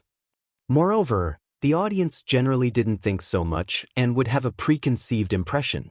At that time, everyone might even think that 2 Under One Roof was trying to scam. Xiangyi nodded and asked, "Are you hungry? Do you want more food?" "Yeah, I'm a little hungry," Annan blurted out subconsciously. When he reacted, he stomped his feet anxiously. "What time is it now? Why are you still thinking about food?" Xiangyi looked innocent. "But eating is a very important thing." She smiled. "Do you want to eat pork ribs? The soup is very fragrant." Annan swallowed his saliva and was about to agree when his phone buzzed and vibrated. He looked down and his pupils instantly shook. "Oh my God, it's over, it's over. We're really done for this time." On Weibo, a marketing account revealed that the filming location of 2 Under One Roof had been exposed in advance, and a large number of Shui's fans had gathered nearby, which had affected the normal filming. In other words, the variety show couldn't go according to plan. As a result, 2 Under One Roof didn't even have the possibility of airing on time, let alone earlier than Heartbeat. Just as director Li Jinyu was so worried that his hair was falling out, Xiangyi's agent, Annan, gave him a video call. The call was connected. The first thing that entered Li Jinyu's ears was a very loud slurping and gulping sound. Then, there was a satisfied burp. Li Jinyu was speechless. Is it even human to perform a mukbang broadcast for a director who's about to go bald from worry? Chapter 21. Director Li. Annan's voice was cheerful. "Come and drink some pork ribs." Cough, "Pork rib soup without pork ribs?" "I'm waiting for you." Li Jinyu said helplessly, "I don't have time, Mr. Annan. Please don't disturb me." This little colorful hair has no sense of propriety. They don't even have a venue for the live broadcast of the variety show. At such a critical moment, how can I be in the mood to eat? On the screen, half of the girl's delicate and fair face appeared. Her voice was soft and calm. "Director Li, you don't look so good. Have you had lunch?" Why do this manager and artist only know how to eat? However, he knew that the two of them were being kind. He rubbed his eyebrows tiredly. I'll just order takeout or eat instant noodles later. I have to find a way to settle the venue and see if there are any suitable places in the countryside. Xiangyi, Two Under One Roof is a lifestyle show, right? That's right. Li Jianyu was puzzled. What's wrong? Xiangyi continued, you need enough space to grow flowers, vegetables, fish, and cook, right? Li Jianyu, well, these farming elements are actually very popular. Nowadays, not to mention young people in the city, even young people in the countryside may not necessarily have farmed before. Speaking of which, why are you asking this? Xiangyi, who said that farming has to be done in the countryside? Xiangyi pointed to the back of the villa and said the words of the richest woman in her softest voice. My house has fields, ponds, and farms. Come and film at my house. Li Jinyu stared at the boundless vegetable field and the shadowy farm in a daze. He deeply and vividly understood what it meant to turn the tables around and survive in a hopeless situation. In just a few days, Heartbeat became popular before it even started airing. It was far more popular and discussed than Two Under One Roof. Miao TV was overjoyed. It would only start broadcasting tomorrow, but everyone seemed to have locked in the quarterly bonus in advance. Director Chen, who was in charge of filming, was even more proud. Every day, he walked to the headquarters as if he was walking on the wind. Good morning, Director Chen. Good morning, Director Chen. Director Chen is so handsome today. In the elevator, Director Chen enjoyed the crowd's praise and couldn't help but feel a little smug. Ding! The elevator opened and he walked to his office. The compliments were gone, replaced by strange looks from the crowd. Sensing that something was wrong, he stopped and asked an employee at a nearby desk, what happened? Can you directors? Two Under One Roof posted a notice on Weibo a few minutes ago, saying that the show will start at 9:30 p.m. in advance. What did you say? This is impossible. How could a variety show without a venue be broadcasted? It should be true. I just saw Shi Yingdi repost it. Director Chen snatched his phone, and the screen happened to stop at Weibo. Shi Sui, repost Weibo. Two Under One Roof v. Two Under One Roof will have its first test broadcast at 9:30 a.m. today. Don't miss it. Beep beep, put on your seatbelt and set off with our Shi Sui Yingdi. Today was Saturday. As soon as the official Weibo released the link to the live streaming room, the number of viewers had already exceeded 10,000. Director Chen glanced at the time with an ugly expression. It was April 29th, 9:27 a.m. No, Heartbeat hasn't been broadcasted yet, so why is Two Under One Roof being broadcasted in advance? How dare they? How can they do this? Asterisk full 4,200 recommendation votes plus extra chapters. Good night. Chapter 22. It was so quiet that even a pin drop could be heard. Director Chen took several deep breaths to calm himself down. Pretending to be calm, he said, since they've started the broadcast, let's see what they can do. Someone immediately went to work, connecting the equipment to the LCD screen that occupied most of the wall. Director Chen picked a swivel chair and sat down, his face as calm as water. Wasn't it just an early broadcast? Without a good venue and lineup, what could they use to compete? This time, Miao TV had invested a lot. They had found a small mountain village near South City that had a sea of bamboo. The scenery and privacy were top-notch. In terms of lineup, Jiang Chen was the top celebrity in the entertainment industry in the past 2 years, a hot little fresh meat. Qin Wanyan was the lead singer of the girl group Shiny. Since the group's establishment, the members had been constantly fighting with each other and were extremely popular. As for the other pair, Fu Jiyin and Yu Miao Miao, the two had their own topics of discussion. Some time ago, the two had been photographed by paparazzi wearing matching watches. Now, netizens were looking forward to them announcing their relationship on Heartbeat. Any one of these four people couldn't compare to Shi Sui, but 4 against 2, it was a different story. Not only did Xiangyi have a bad reputation online, but she also had a bad reputation in real life. When she debuted, she was quite popular, but she was late, arrogant, worrisome, and didn't know how to respect others. In Director Chen's opinion, Xiangyi was Shi Sui's burden. With her character, it was possible that she would drag down the entire variety show. So, he just had to wait and see her make a fool of herself. Director Chen comforted himself in his heart. The hour hand turned to 9:30. In the live broadcast room, the screen turned from black to light. The first thing that caught everyone's eyes was the spacious and empty living room. It was decorated in cool colors with only a few decorations highlighting the owner's taste. Other than that, there was no extra debris, like an exquisite model room. It was beautiful, but it lacked a sense of life. The lights in the room were on, but it was a little dim. A few staff members could be vaguely heard, followed by a deep magnetic voice that reached everyone's ears through the sound recording equipment. "It's starting." Because the staff didn't turn off the bullet screen, the big screen was completely blocked by netizens' comments in the blink of an eye. "So good, so good. Mom, my ears are pregnant. Cameraman, take a picture of him. I'll give you an extra drumstick for dinner. Sure sway. My sisters are sure sway." I let out a super loud groundhog scream. Director Chen's heart skipped a beat. He seemed to have underestimated Sure Sway's popularity. The staff hurriedly turned off the bullet screen, but Director Chen said, "Leave it on. We can see the real-time feedback from the netizens." Okay. The bullet screen was adjusted to not affect the viewing experience.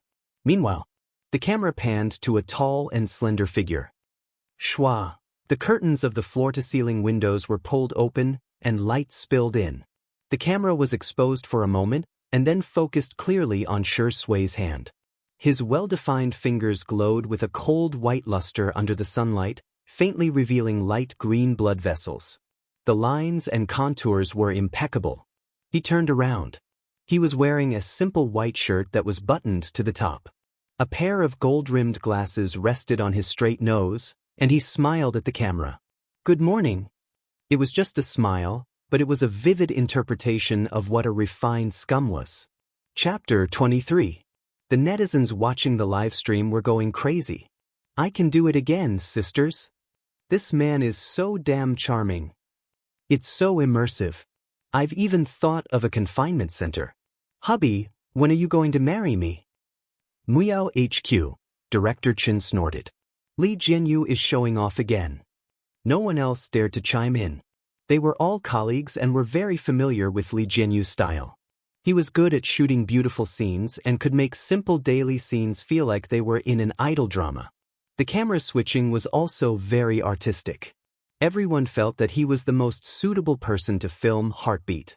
Unfortunately, on the other side, in the living room of the Xiang residence, the morning's livestream plan was to start from Sure Sway's house and go all the way to the Xiang residence. It would show the Xiang family's manor and vegetable fields before finally showing Xiangyi's face. So at this time, Annan was happily watching the live stream with Xiangyi. "Oh my God," as expected of Sure Sway. That smile just now made my heart race. "He's so good at it." Annan lamented. After waiting for a few seconds and not receiving a response, he turned his head. Wow, Xiangyi wasn't paying attention at all. She was slowly removing the seeds from the hawthorn. The corner of Annan's mouth twitched. "My dear, can you be a little more career-minded?" "Xiangyi, well, what do you think counts as career-minded?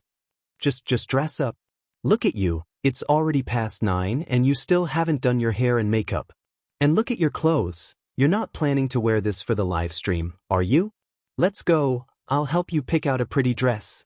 Wait for me to finish." Annan was genuinely confused. Where had his dear, who loved to look beautiful to the point of taking care of her heels, gone? The live stream continued. Although Sure Sway's nanny van was spacious, it still felt cramped with the 2 cameramen and other equipment inside. The camera was almost on his face, but he was still very cooperative. First, he chatted about his daily life, then answered the netizens' questions. "Do you have any ideas for a new movie?" "Not yet, I'll be taking a break for a while." "Why did you accept this variety show?" "Well, it's because the concept of this variety show just happens to match my thoughts." Daily life. Sure Sway paused and raised her eyebrows. "Are you that curious about me?" The bullet screen was filled with a series of "I'm dead" comments. Sure Sway smiled. "It's my daily life now. Li Jianyu continued, our variety show really doesn't have a script. We just want to show everyone the most realistic life, the most natural day. In addition, our variety show has a large number of advertising slots for rent. We welcome all sponsors to sponsor us. Come on, Dadish. Ahem, sure sway, come on and give us a talk show. Wow, the director is so cute. Director Li is as humorous as ever, I love him. Did I hear that right? Did Lindy just call him Dad? Huh? Sure Sway looked helpless, but she still compromised gently. 2 people in one room, 3 meals a day, 4 seasons a day. That's what I've always wanted. Your advertisement is my honor. Please contact the production team. Thank you. Muyao headquarters. Director Chen asked, have you found anything? What kind of sponsorship do they have now? One is a car brand, and the other is a watch brand. Sure Sway is the spokesperson for these 2 brands. Other than that, there's also the Xianxia app that Director Li is working with. Director Chen sneered. Just as I thought. These days, without sponsorship, there was no money. It seemed that 2 people in one room could only go for the low-budget route. They would probably be filming in a shabby venue later. Chapter 24. Half an hour later. The black nanny van arrived at the entrance of the Xiang family home. The crew members got into position, and the camera panned from inside the van to the entrance of the Xiang family home. The black iron gate that was covered with roses and orchids slowly opened, and the early summer breeze rustled the petals. It was breathtakingly beautiful on camera. Further ahead, there was a garden that looked like Alice in Wonderland with lush greenery and flowers everywhere. The sound of water flowing could be heard from the fountain, and a few white pigeons flew past, forming a perfect composition with the 3-story villa behind. The netizens were shocked. What kind of idol drama is this? Did the production team find a villa for filming? Although everyone was surprised, they didn't pay much attention to it. Even if they hadn't eaten pork before, they had at least seen pigs run. Weren't the male leads in TV dramas supposed to have a villa with a pool and a fountain? In the next second, the camera panned, and the endless vegetable field was reflected on everyone's screen. Huh? Am I seeing things? Are these vegetables? I think I see wheat and rapes too. Is that a farm in the distance? Why are there cows and wild boars? There's even a pond.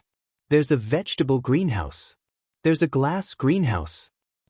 But the netizens who originally thought that the filming location was just a villa were shocked beyond words. There was land, vegetables, fish, and poultry. This was simply fulfilling the idyllic dreams of countless people. There was a villa, a garden, and a fountain, which at the same time satisfied the dreams of countless people. At this moment, the 2 were magically combined. The live stream had only started for half an hour, and everyone was already looking forward to the next content. Wouldn't it be better to pick vegetables and fruits? Wouldn't it be better to have afternoon tea in the greenhouse? Even if they didn't do anything and just lay there, it would feel so good. Thank you to the production team for taking me to experience the lives of the rich. I'm considered living in a luxurious mansion and farming, right? I can only say one thing. 2 under one roof is awesome. Director Li is awesome. I'm really impressed. How did the production team find such a godly location? How are other variety shows going to survive? At the headquarters of Muyao, Director Chen's expression could no longer be described as ugly. His pupils dilated as he stared at the screen in disbelief. How could it be? Was there such a place in Nanjing? Why had he never heard of it? Why did Li Jinyu find it and not him? He suddenly realized that with 2 under one roof, as a comparison, the so-called Bamboo Sea Mountain Village would look like a joke when Heartbeat started airing tomorrow. Li Jianyu understood the psychology of the netizens very well. He asked Sure Sui to walk around in the name of familiarizing herself with the environment. In the comments, everyone was satisfied. It's about time to go back. Sure Sui pushed up his gold-rimmed glasses and said in a sexy voice, Miss Xiangyi is still waiting for us. The comments section was visibly filled with hostility. So annoying, I don't want to see her at all, okay? What's so nice about the vase fairy? You might as well look at the garden. I'm begging Shi Yingdi to walk around again. Gidge, this woman really doesn't deserve to be on the show with you, wake up. This female star with the surname X is awesome. I wonder how much money she spent to appear on this variety show with Shi Sui. TSK, it's not like she spent the money herself. She can just sleep with a few sugar daddies and get what she wants. Director, if you dare move the camera to Xiangyi for even a second, I'll quit the live stream and never watch this variety show again. Chapter 25. Shi Sui, who was in the middle of filming, couldn't see the comments, but Li Jianyu did. He gestured at Shi Sui with a worried expression. Shi Sui nodded slightly, indicating that she got it. Li Jianyu was still thinking about whether he should adjust the livestream plan and let Xiangyi appear when the guests arrived in the afternoon. It wasn't that he didn't want to give Xiangyi some screen time, but he was worried that Xiangyi would have a mental breakdown on the first day of the trial. How was he going to film later? To his surprise, Shi Sui looked calm and composed as she strode towards the villa. Li Jianyu was speechless. Daddy Shi, you can't walk so fast just because you have long legs. The comments section became more and more unsightly, and the official administrator of the Xingxian app had no choice but to ban some accounts. Unexpectedly, the netizens were even more conflicted. Even the officials have stepped in. As expected of the vase fairy.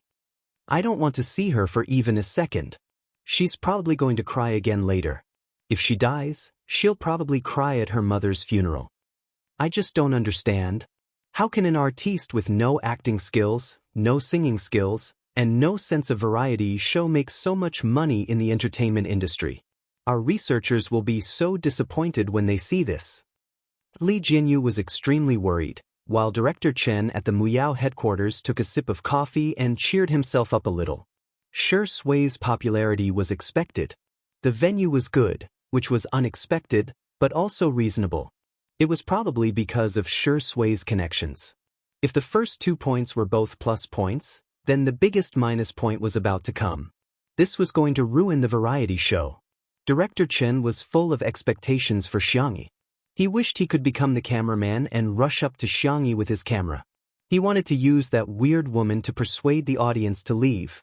Shi Sui's legs were long and her strides were big. She soon entered the villa. Unlike the cool colors of Shi Sui's house, the interior of the villa was warm and cozy. The furniture was all made of raw wood. It was exquisite but not luxurious. It had a sense of design but didn't make people feel that it was overdone. The place was full of life. For example, there were moon-shaped pillows scattered on the sofa, and there was a row of fleshy succulents on the windowsill. There was even a string of cartoon-shaped wind chimes ringing on them. A place that was warm, full of life, soft, and could be called home. However, there was no sign of Xiangyi. Shi Sui looked at An Nan, who was standing by the staircase. The camera followed him. An Nan scratched his head of multicolored hair and said, "Wait a moment, I'll be right there." The comments became even more dissatisfied. The vase fairy knows that she can only rely on her looks to make a living, so she's frantically changing her makeup and hair. Are you kidding me? Shi Yingdi was a senior. How could he let a senior and the staff wait for him? The most confusing behavior of the year. You don't have the life of a princess, but you still have princess syndrome? He wanted to ask the vase fairy if she wanted to act like a big shot. How many keys? Amidst the scolding, a clear and gentle female voice sounded from the direction of the kitchen. You're here? Wash your hands, dinner is ready. The netizens in front of the screen? I heard that the comments are back. Babies, I miss you so much. Let me see your little paws, okay? Good night. Chapter 26.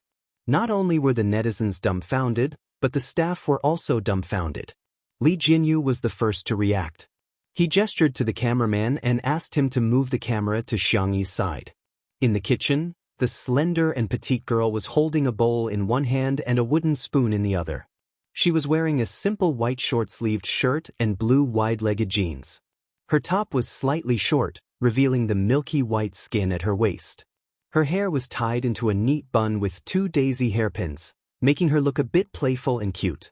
However, her temperament was calm and composed, giving people a comfortable sense of gentleness. The comments immediately changed. Pretty girl, I can do it.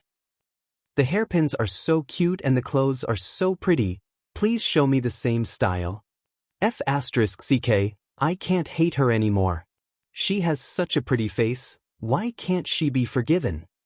Li Jianyu, who had secretly glanced at the comments, breathed a sigh of relief. He had to admit that Xiangyi's looks were really good, and most people were more tolerant of good-looking people. Seeing that they weren't moving, Xiangyi asked in confusion, "Aren't you going to eat? The taste of my cooking should be okay." After everyone relaxed, they finally noticed the rich aroma coming from the kitchen. Gulp. Some people began to swallow their saliva.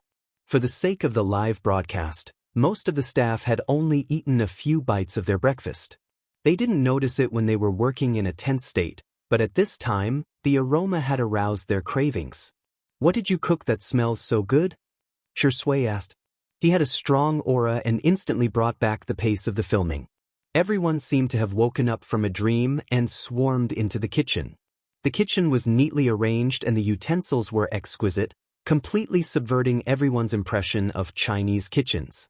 On the 3 stoves in the kitchen, there were casseroles slowly simmering over an open fire, with steam rising from them. "Seafood casserole porridge, want to try?" Xiangyi lifted the lid of the casserole pot, and the aroma several times stronger than before invaded everyone's nostrils.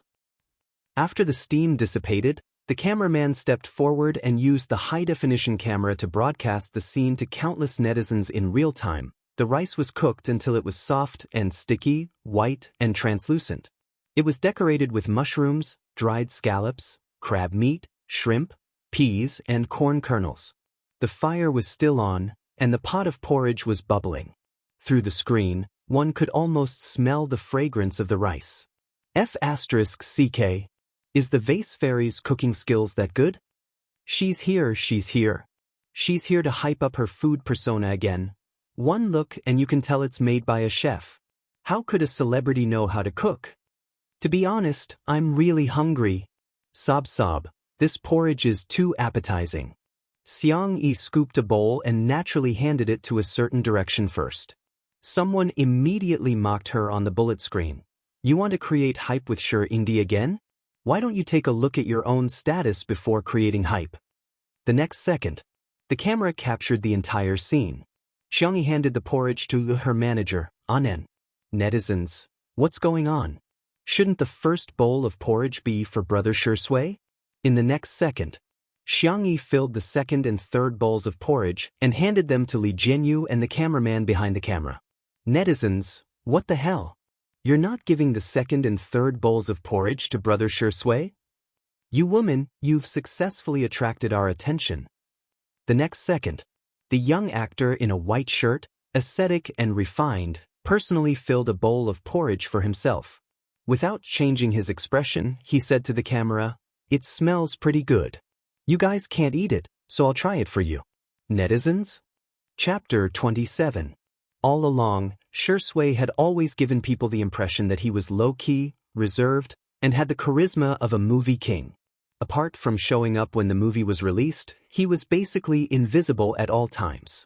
Even the most impressive paparazzi couldn't dig up any information about him.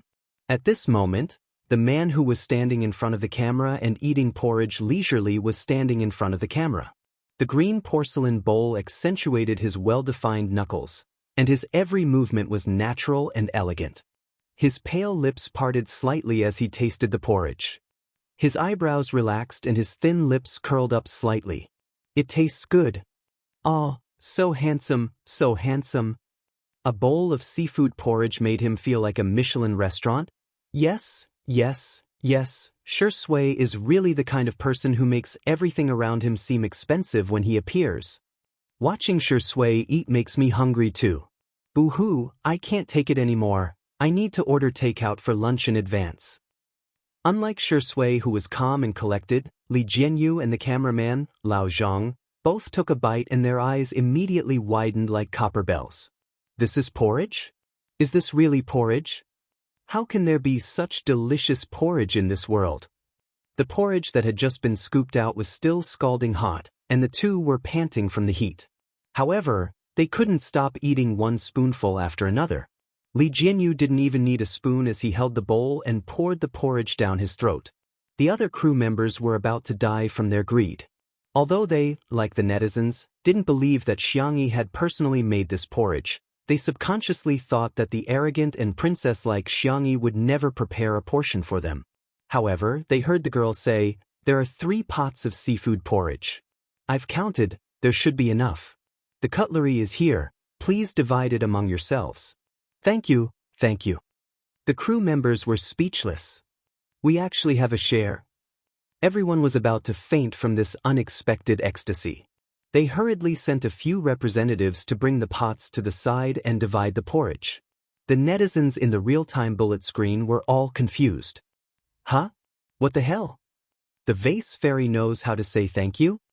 Do you remember that she once hired 5 assistants to serve her?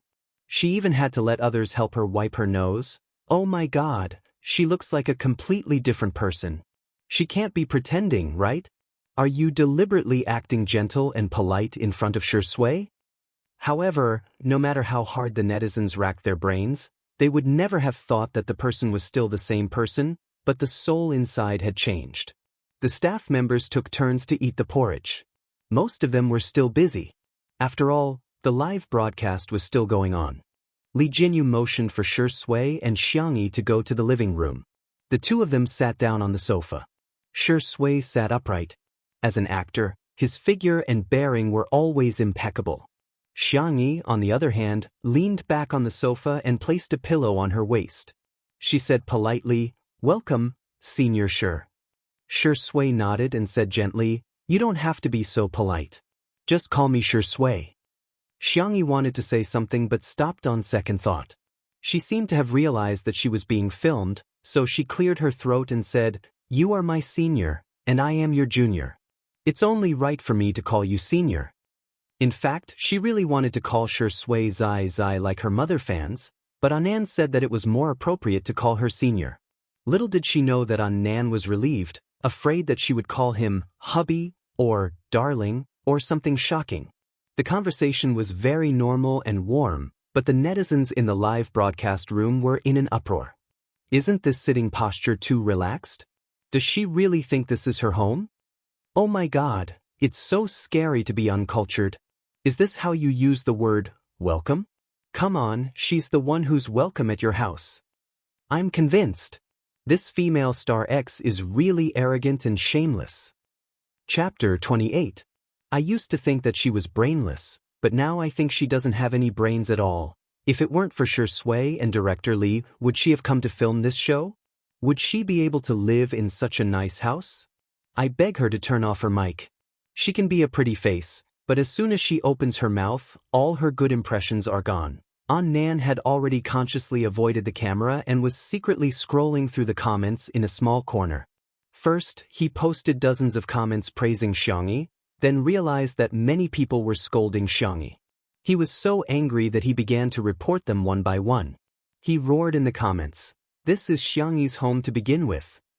However, this comment was like a small drop of water flowing into the tide of tens of thousands of comments. In the blink of an eye, it was drowned out. After exchanging a few pleasantries, Xianxia asked, "Senior, do you want some tea?" The girl took out the tea set, boiled the water, washed the tea, and brewed it. The spring tea from the pre-Qing Ming dynasty was like jade dew in a delicate and transparent glass cup. Her soft and fair fingertips moved skillfully and elegantly. Just this set of actions alone was pleasing to the eye. Then, he realized that the comments that had been silent just now were now in a formation. So what if she said something wrong? Of course she chose to forgive her. Annan was speechless. Fine, looks like I'm not the only one in this world. After Xianxia brewed the tea, Shui didn't even have time to take a sip when she heard Li Jianyu say, "The guests have arrived early. Do you want to go and receive them?" Guests? Xianxia remembered that Annan had mentioned to her that the flying guests invited on the first day of the pilot, the artists who only filmed 1 episode of the variety show, were a father and son pair, the famous director Yan Zhenhua and his youngest son Yan Nai. Yan Zhenhua had helped Shui a lot, and Shui often made guest appearances in his movies for free. The 2 of them could be said to have met a talent scout, which was also a good story in the film industry. Shui got up. I'll go. Xiangyi recalled the information she found yesterday and took a small basket. I heard that director Yen likes to eat cherries. I'll go pick some for you.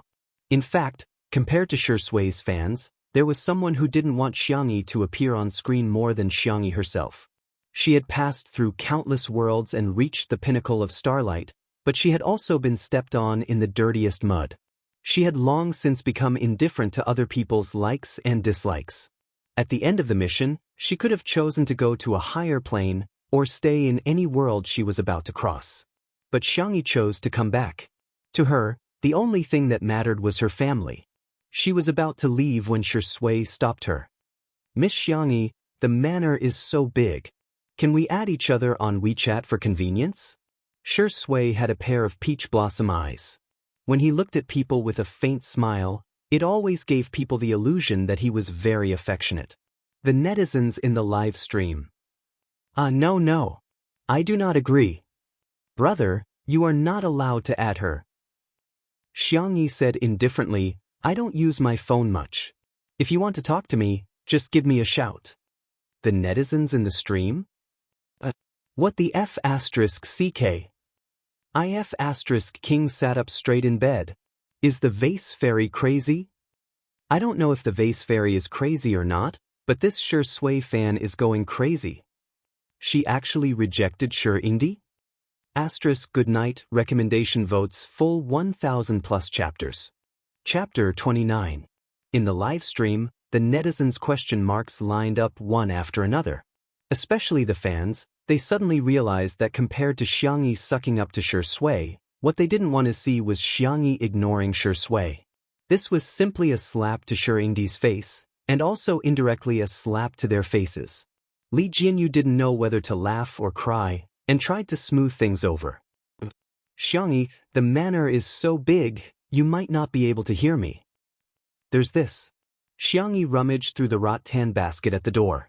The staff at the scene and the live stream audience watched as she took out a loudspeaker. It was the kind of loudspeaker that had been set up by roadside stalls to broadcast Jiangnan Leather Factory closed down. Staff?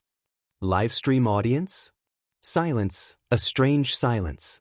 The crowd really couldn't associate this thing with the elegant and refined Indi. To everyone's surprise, Shui showed interest in the loudspeaker and even asked Xiangyi how to use it. Li Jinyu looked at this harmonious, teaching scene, his expression a little absent-minded.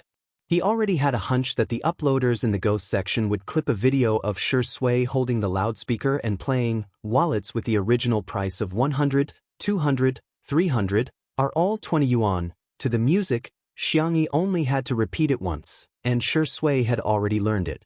Xiangyi was very satisfied with her Zai's learning ability. She cut a small daisy and gave it to him. Excellent. Shui twirled the stem and lowered his slightly curved peach blossom eyes. Is this a little red flower? Xiangyi tilted her head and thought for a moment. Of course, she had to pamper her white moonlight. Thus, she promised, collect 5 flowers and you can order dishes. Shui's eyes lit up. This scene was filmed by Li Jinyu himself, and the lighting engineer had also softened the light. The final image was warm and beautiful, with its own idol drama filter. The viewers in the live stream were satisfied, but the fans went crazy. I told you this woman was a scheming B***. The trap is too deep. Wah, our Shui is too innocent. Don't be fooled by this bad woman's little flower. The vase fairy is too good. First, he cooked and pretended to be gentle. Then he played hard to get and refused to add her on WeChat. Then, he offered flowers in exchange for vegetables. Who could resist that? Meow TV. Director Chen's eyes were dark and gloomy. He lowered his head and quickly wrote something on the sticky note. Shui walked to the gate just as the cars of the 2 guests arrived. Yan Zhenhua had a square face. When he wasn't smiling, he looked serious and fierce, but when he smiled, he looked a little silly. Now that he was middle-aged, his figure was inevitably a little out of shape. He had skewers in one hand and a beer belly in the other. Yan Nai, who was beside him, had a thin build. His facial features were good-looking, but his cheeks were a little round and chubby. Dressed in a sporty and casual style, he gave off a youthful vibe. Director Yen, long time no see. Shui took the initiative to greet him. Yen Zhenhua smiled brightly and patted him on the shoulder. After exchanging a few pleasantries, he had Yen Nai greet him. Yen Nai hadn't officially debuted yet, so he looked a little shy in front of the camera. Hello, Uncle Shi. Does it make you sound old by calling him that? Why don't you call him Big Brother? Yen Zhenhua teased. Shui gently said, let him be. Just call him a kid. I'm old enough to be an uncle anyway. The live comments, little brother is so cute. Debut online. I want Shirindi to call me a kid too. You're only 27 years old. You're not old at all. You're big brother, not uncle. Chapter 30. Because they were old acquaintances and good friends, the atmosphere was very harmonious. When they entered the manor, the Yen father and son, who had seen the world, couldn't help but be amazed. This place is great. Nai, our yard is too small. Otherwise, I would also want to plant some vegetables. Yen Zhenhua sighed. Yen Nai nodded, his eyes filled with envy. He wasn't interested in vegetables, but he wanted to plant some flowers. This was probably the Chinese people's natural planting genes. The father and son spoke the hearts of the netizens. After all, the pace of life nowadays was so fast. Who wouldn't yearn for such a beautiful rural life? The three of them walked to the door. Xianxia had also returned after picking cherries. The girl took off her straw hat and politely greeted Yen Zhenhua. Hello, Director Yen. You must be tired from the journey. Director Yen rarely went online, so he didn't know much about Xianxia's dark history. He only thought that the girl was pretty and polite, so his first impression of her was quite good. Yen Nai's eyebrows and eyes resemble yours. He's even more handsome than in the photos. Xianxia praised both father and son. Shui couldn't help but raise her eyebrows. He was just a child. What was there to distinguish between handsome and not handsome? Parents liked it when others praised their children. Director Yen was no exception. The corners of his eyes crinkled as he smiled. Nai, call her sister. Yen Nai stared at Xianxia for a few seconds. The teenager didn't know how to hide his emotions, so he said reluctantly, hello, sister. Xianxia sensed that he seemed to be a little resistant to her, but she couldn't be bothered to investigate. She had always been more patient with girls and children. I just picked some cherries from my yard. I'll wash them with salt water. As she spoke, everyone's eyes fell on the small basket she was carrying. The wicker basket was exquisite and small, and it was filled with cherries. It was the season for cherries to ripen. Xianxia had chosen ripe cherries. The fruits were plump and round, and they were so red that they were almost purple. Just looking at them made people salivate. Xiangyi's movements were nimble, and she quickly washed it and brought it over. Director Yen loved cherries. He picked one up and stuffed it into his mouth. It tasted juicy and fleshy, and the sweetness was amazing. He exclaimed, cherries grown in our own fields are so sweet. Yen Nai was indecisive. Thinking of the messages on WeChat, he was conflicted about whether or not he should eat the cherries this woman washed. The bullet screen was still lively. As a cherry lover, I'm so envious. We don't produce cherries here, so we can only buy them from other places. When will I be able to experience this kind of life of picking and eating fresh? My land? I want to ask, does being an artist really not require a brain? Your home? Can your family live here? It's just a variety show, don't take it so seriously. This is the girl's home during filming. Dog Yen, get lost. Can't you say that you're rude? Can you do whatever you want just because you're good looking? While they were arguing, Li Jianyu's voice came from the broadcast room. Okay, that's all for the morning trial. We'll adjust the equipment and continue in the afternoon. The netizens were speechless. The screen turned black just like that. Countless people still wanted more, so they flocked to the official account of Two Under One Roof to urge him to update. Miao TV. The employees sat upright and watched the live stream for more than an hour. Their necks were a little sore, and everyone looked at Director Chen in unison. Director Chen's expression was gloomy. Inform everyone that we're having a meeting.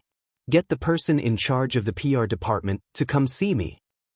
Sure Sui shouldn't be criticized, right? It didn't matter. That Xiang Yi, who didn't know any better, was a ready-made live target. Chapter 31. After the live stream was paused, Li Jianyu made a simple summary and announced the statistics of the morning's live stream. Our highest number of viewers reached more than 6 million. We're number 1 for the same time period. Thank you for your hard work, teachers. The staff applauded. But Li Jianyu changed the topic. After all, today is Saturday and Daddy sure. Teacher sure has his own popularity. If our content is not attractive, even with the gimmick of a live variety show, it will be difficult to maintain the popularity. Although Yan Zhenhua was only a flying guest, he still gave a suggestion. You chose a very good venue. I think the production team can give out missions, and when the guests complete them, they can receive a certain reward. For example, pick a basket of cherries and get a dish for lunch. Thank you, Director Yan. We'll take your suggestion seriously. Then Li Jianyu, the scriptwriter, producer, and others went for a discussion. Xiangyi asked, Senior Sure, Director Yan, what do you want to eat for lunch? Yan Zhenhua thought the production team would order takeout, so he said casually, Nanxing's crayfish is quite famous. How about crayfish? Xiangyi looked at Sure Sui. The young actor nodded slightly and said gently, I'm fine with anything. What an easy child to raise. As for Yan Nai, Xiangyi ignored him. She wouldn't waste her feelings or time on people who hated her. Yan Nai, who was about to express his opinion. He felt like he was being targeted. The phone in his sweatpants kept vibrating. Yan Nai hesitated and found a quiet corner before taking it out. The messages were all from one person. Sister Wanyan, Big Brother, are you there yet? Sister Wanyan, wow, I'm watching your live stream. You're so handsome today. Sister Wanyan, actually, I didn't want to talk to you about this, but Xiangyi, she's really? I'm not trying to drive a wedge between us. She and I used to be good friends, but because I advised her not to seduce Shirindi, There were a few screenshots below. Qin Wanyan tried to contact Xiangyi via WeChat, SMS, and other methods, but Xiangyi didn't reply. Yan Nai pursed his lips in distress. His father was busy and his mother was strict. Qin Wanyan's appearance was like a gentle and caring big sister. He was especially dependent on Qin Wanyan and almost saw her as his own sister. In the past year, Qin Wanyan and Xiangyi had become good sisters and best friends. He'd seen Xiangyi a few times, and indeed didn't have a good impression of Xiangyi. She was vain, boastful, and had a bad attitude towards the service staff. More importantly, she had once treated him. Yan Nai's face paled as he recalled that scene, and the nausea welled up again. But he had a sensitive and self-abased personality. He didn't dare say anything harsh to Xiangyi, so after thinking about it, Yan Nai thought of the most harsh sentence he could think of, helplessness. Sister, don't worry. I won't eat anything she touches. Chapter 32. On the other end of the screen, Qin Wanyan was speechless. The corners of her mouth twitched uncontrollably on her exquisitely made-up face. Was this Yan Nai an idiot? She had said so much because she wanted him to deal with Xiangyi. It would be best if he had a conflict with her. If that happened, the netizens would definitely curse Xiangyi to death. But he didn't eat anything she touched. What kind of threat was this? At the Xiang residence. When he saw Xiangyi begin to process the crayfish, Yan Zhenhua was surprised. Young lady, you can cook? A little, Xiangyi said calmly. The crayfish were originally prepared for Xiang Feng. They were soaked in clear water in advance and added salt and a suitable amount of white vinegar. At this time, they were almost done spitting out sand. Xiangyi used a small brush to scrub the shell and pincers one by one. She cut off the cheeks and heads and removed the veins. Everything was handled so neatly that even people with obsessive-compulsive disorder and mysophobia couldn't find fault with it. Yan Zhenhua looked at her skillful movements and knew that her cooking wouldn't be bad. He praised, "Not bad, young lady. There aren't many young people who can cook these days." Yan Nai secretly clenched his fists. Although he loved crayfish, he would never eat Xiangyi's cooking. Not even a bite. Xiangyi's movements were meticulous and neat.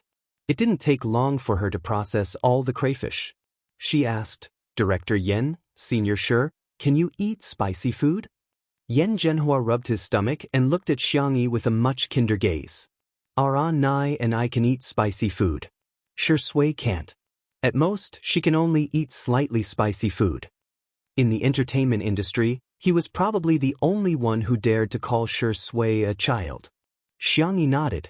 Okay, then I'll make 2 flavors. One is spicy and the other is minced garlic. I'll cook some noodles. Shall we eat noodles later? This is good. The soup of the crayfish was the soul.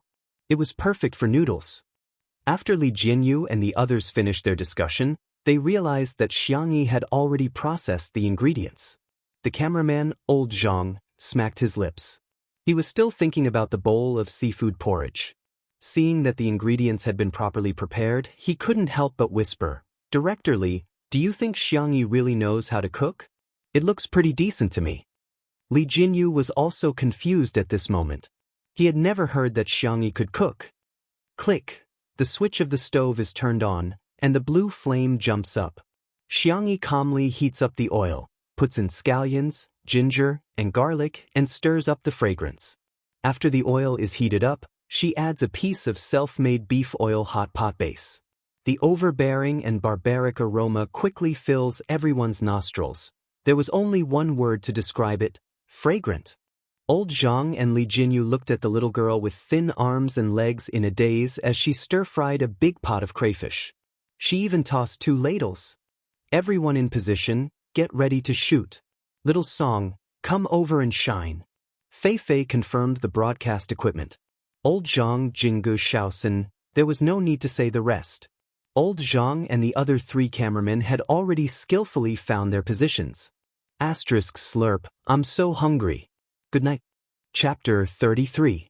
The 3 cameras were filming from different angles. The netizens who were desperately urging the official Weibo account to update suddenly received a notification from the Xingshan app. The streamer you follow, 2 under 1 roof, has started broadcasting. Click to join the live stream. Everyone, oh, it's finally starting. We can see Shi Ingdi again. And our adorable little brother Yan Nai. However, after clicking into the live stream, a very impactful scene appeared. Old Zhang had resigned from Muyao TV at the same time as Li Jianyu.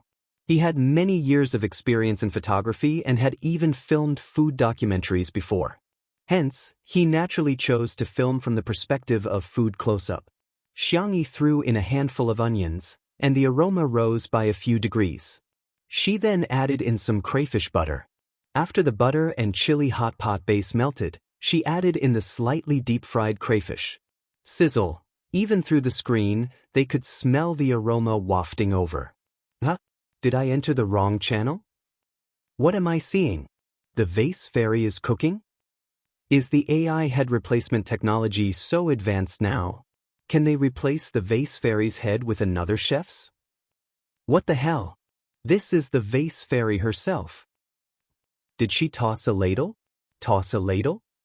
This big iron pot must weigh more than 10 kilograms, right? F***ck, she really knows how to cook? The crayfish are turning red. I'm swallowing my saliva like crazy. Xiangyi turned on the fire, and the crayfish were quickly fried until their tails curled up and they turned red. She added water, sprinkled a handful of green pepper and dried red pepper, and covered the pot with a lid to simmer. She turned on another stove. Seeing that she was silent, Li Jianyu hurriedly cued her. What are you going to do next? Garlic crayfish, Xiangyi answered calmly, as if she didn't care about the camera. She glanced at the crayfish and then looked away. Li Jianyu's heart skipped a beat. If she didn't say anything, would the rate of abandonment soar? Little did he know that the number of viewers in the live stream was increasing rapidly. The netizens who slept in the morning or those who were on break didn't get to watch the live stream for the first time.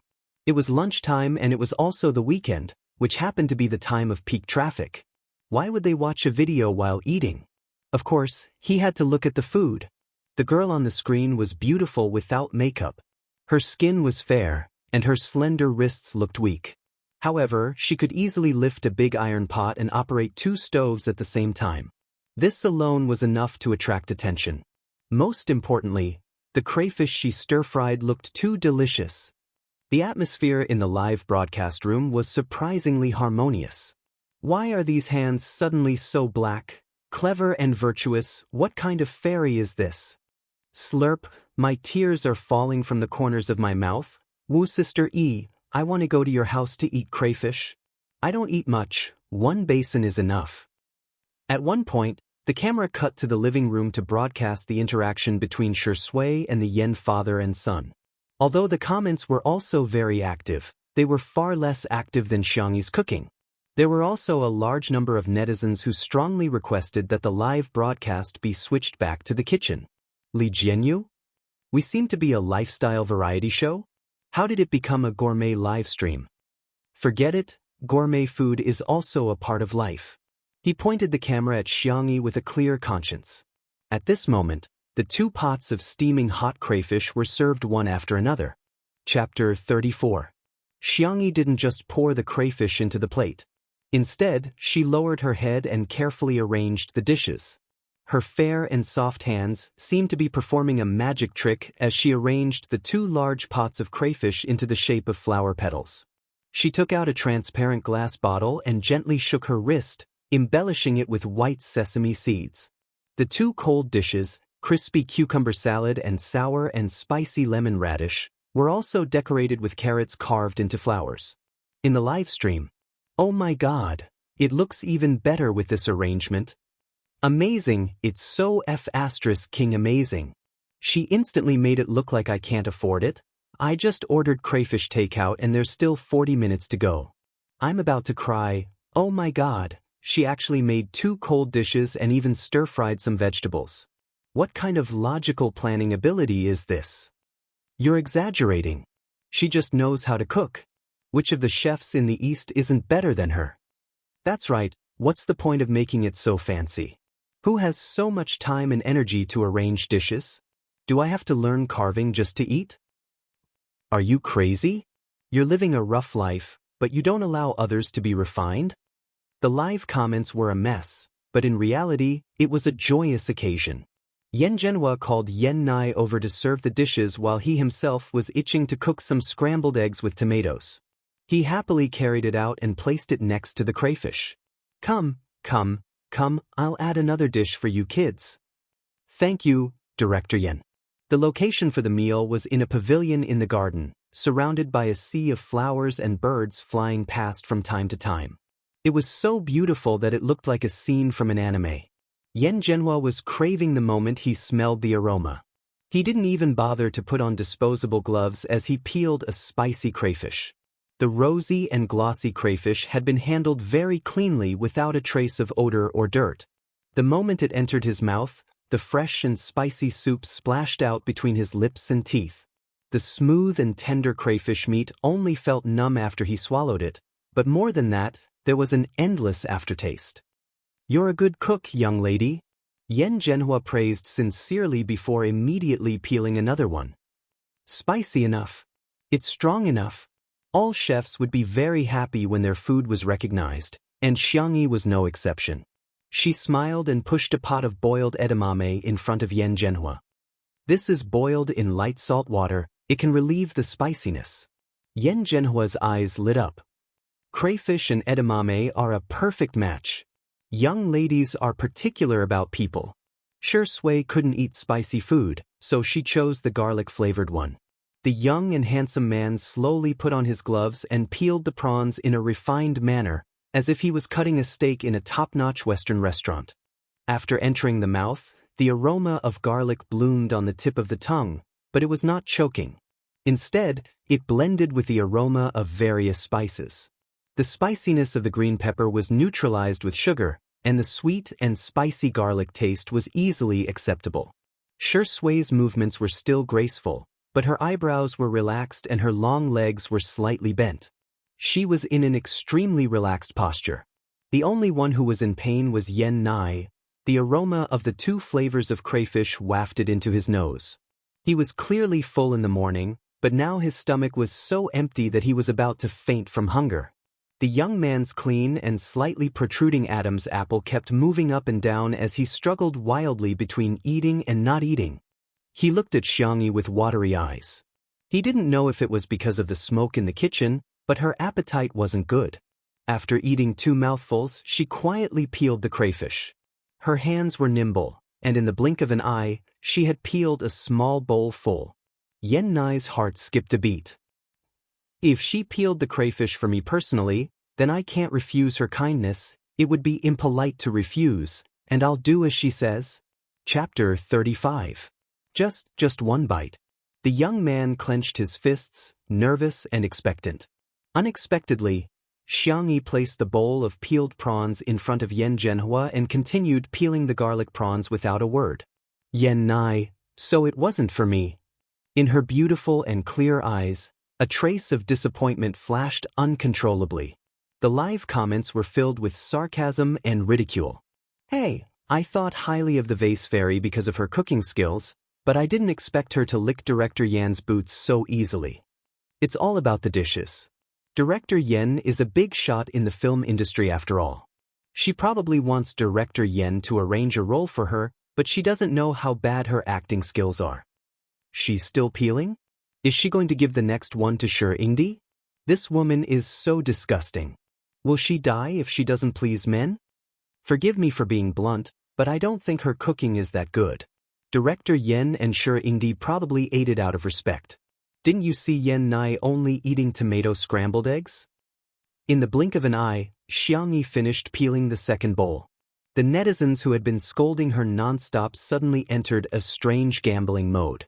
I bet 50 cents that this bowl is definitely for Xianxia. No. I think this scheming woman should give it to Yen Nai. I'm dying of laughter. Your brother hasn't even debuted yet. What's the use of her being nice to him? She's definitely going to give it to Xianxia. Some Xianxia fans might have forgotten that your idol was rejected even when she asked for WeChat. Picking sides at the slightest disagreement was an essential skill for the netizens of this era. Everyone stared at the bowl of prawns peeled by Xianxia on the screen. Who would give it to Xianxia? Or Yen Nai? The handsome and charming Xianxia? Or the shy and adorable little brother? Amidst everyone's anticipation, the girl calmly took off her gloves, picked up the prawns and left. Everyone. Li Jinyu called out to her. Xianxia, where are you going? Xianxia looked back at him innocently. I'm cooking noodles and giving An some crayfish to try. Everyone? What plot did I miss? Who is An? If I remember correctly, she's the vase fairy's manager? Sister Yi's manager is super cute. In the past, there were rumors that Sister Yi didn't treat him well. Are they really that close? Not far away, Nan, who was worried about his father, was stunned. After this memory loss, he was extremely worried that she would say or do something wrong. He had always felt that he had shamelessly freeloaded the previous few meals. It wasn't until a bowl full of garlic shrimp was stuffed into his hands that Nan realized in a daze, she had really changed. She's changed for the better. Tai, on the other hand, looked as if he had been struck by lightning. What? There were so many shrimps, but none of them were peeled for him? Chapter 36. Xianxia, who was next to him, raised her eyebrows slightly and slowed down her actions of peeling the crayfish. After adjusting the equipment in the afternoon, the live stream was divided into several rooms. The main live stream was similar to a normal variety show, with the camera constantly switching between each person. Each guest also had their own personal live stream, with a cameraman filming the entire process. At present, Xianxia's personal live stream had the most viewers, followed by the show's main live stream, followed by Yen Nai, Yen Zhenhua, and finally Xianxia. The comments in Xianxia's live stream were quite lively. Raising an eyebrow is so cool. I'm reminded of Gija's paranoid pervert role in Rainy Night, again. Hey, why do I feel like Xianxia is a little upset? It's like a kindergarten kid who didn't get his favorite toy. I'm so pissed off. Xianxia is poisonous. She's peeling crayfish for her manager but not for us Xianxia? The vase fairy seducing Xianxia makes me angry, but the vase fairy ignoring Xianxia makes me even angrier. Xianxia's cameraman was old Zhang. His style was very similar to Li Jinyu's, who liked to shoot beautiful scenes. Thus, he stood a little further away, wanting to take a shot of Xianxia from afar. Xiangyi happened to not be very sensitive to the camera, so the main camera was still filming Shui and the others. Thus, she chatted with Annan for a while. Is it good? Annan nodded like he was pounding garlic while stuffing crayfish into his mouth. The delicious food made him less vigilant, and he didn't notice old Zhang in the distance. I thought you were going to peel for Shui. Xiangyi was puzzled. Why should I peel for him? Didn't you say to avoid suspicion? If there were no cameras, Xiangyi would definitely peel for Shui. Shui's figure was naturally tall and straight, but in Xiangyi's eyes, he was too thin, as if the wind could blow him away. She felt like a grandmother looking at her grandson, wishing she could stuff all the delicious food in the house into his mouth. However, Annan said that she had too many haters. In order to avoid trouble, he advised her to keep a distance from Shui. To sum it up in one sentence, interact less, speak less, and it's best if you don't even look at each other. This way, the anti-fans would not be able to use this as a pretext to make a fuss. Annan said vaguely, then why didn't you give it to Yen Nai? I've been looking at you for a long time. If he wants to eat, he can peel it himself. Besides, I don't think he likes crayfish. There was something else that Xiangyi didn't say. Yen Nai didn't hate the food but her. Then why did you strip Director Yen? I read the information yesterday. Director Yen has an old illness. Casually peeling a bowl of prawns wasn't a difficult task for her. Moreover, Director Yen was an elder, and the Xiang family had a very good upbringing. The younger generation respected their elders from the bottom of their hearts. The conversation was weak, but it reached the live stream. For a moment, huh? So our sister E peeled crayfish for Director Yen because of his injury? This must be a script. I don't believe the vase fairy would be so kind. But if she's acting, then she's acting. As long as she looks good, it's fine. No, wait, does pretty sister want to be beautiful on her own? She actually said she wanted to avoid suspicion with Ingdi? Actually, I think the little sister's personality is very good. After peeling the crayfish, she didn't take credit in front of Director Yen or anything. It's just that kind of casual gentleness, but it's very comforting. Most of Xiangyi's livestream was focused on her face. They weren't as resistant to her as the haters. At this moment, everyone's impression of her had risen by a notch. Chapter 37. After feeding Annan, Xiangyi went into the kitchen to get busy. The noodles were handmade buckwheat noodles. Buckwheat was rich in protein, vitamins, and so on, and it wasn't easy to convert to fat in the body. After the buckwheat noodles were cooked, they were soaked in cold water for a while to make the noodles more chewy. At the same time, Xiangyi took out the sour plum soup she made in the morning from the fridge, put it in a transparent kettle, and brought it out. In the pavilion, Yen Zhenhua ate until he was panting. The more he ate, the spicier it became, but the spicier it was, the more he wanted to eat. His throat was burning, but his hands refused to stop. Seeing the sour plum soup in Xiangyi's hands, Yen Zhenhua's eyes lit up. Little girl, you didn't make this yourself, did you? Xiangyi poured him a cup and sprinkled some osmanthus on it. Then she replied gently, yes, I cooked it with dark plum, hawthorn, tangerine peel, licorice, and rock sugar. I just took it out of the fridge, so it's a bit cold. Drink slowly. Yen Zhenhua couldn't wait to taste it. The iced sour plum soup was sweet and sour, and the fragrance of osmanthus seemed to linger between his lips and teeth. His throat, which had been smoking just now, felt much better after drinking a few mouthfuls. At this time, Xiangyi used the serving chopsticks to mix the buckwheat noodles into the crayfish soup. According to the order, she first filled a bowl for Yen Zhenhua, then filled a bowl for Shui, which wasn't spicy. Yen Nai ate scrambled eggs with tomatoes for a long time. It was bad enough that his mouth was tasteless, but it wasn't enough to satisfy his hunger. Boys his age were at the age when they could eat, so after eating half a plate of scrambled eggs with tomatoes, he still felt hungry. He eagerly waited for Xiangyi to fill a bowl with noodles for him and then enthusiastically persuade him. Then, he would reluctantly eat a bowl. Just one bowl. This was just an acknowledgement of her cooking skills. It definitely didn't mean that he forgave her. He didn't expect Xiangyi to fill the third bowl for himself. Then she put down the serving chopsticks and glanced at Yen Nai indifferently. This is buckwheat noodles. I don't know if you can get used to it, but you can try it yourself. Her attitude wasn't actually cold, but Yen Nai inexplicably cowered. I'm not hungry. Xianxia lowered her head to eat. Weak, helpless, and pitiful Yen Nai.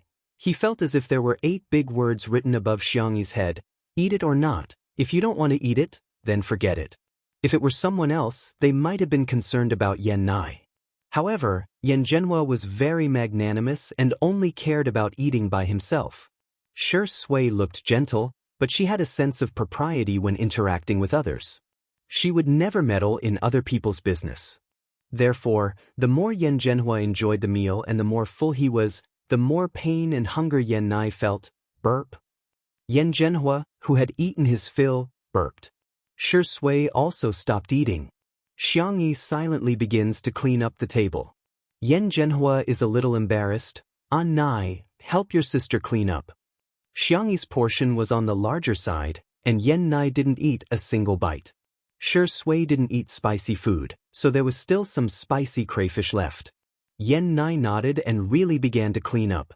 This young master, who had never done any household chores, was in a difficult position. Should I throw these away?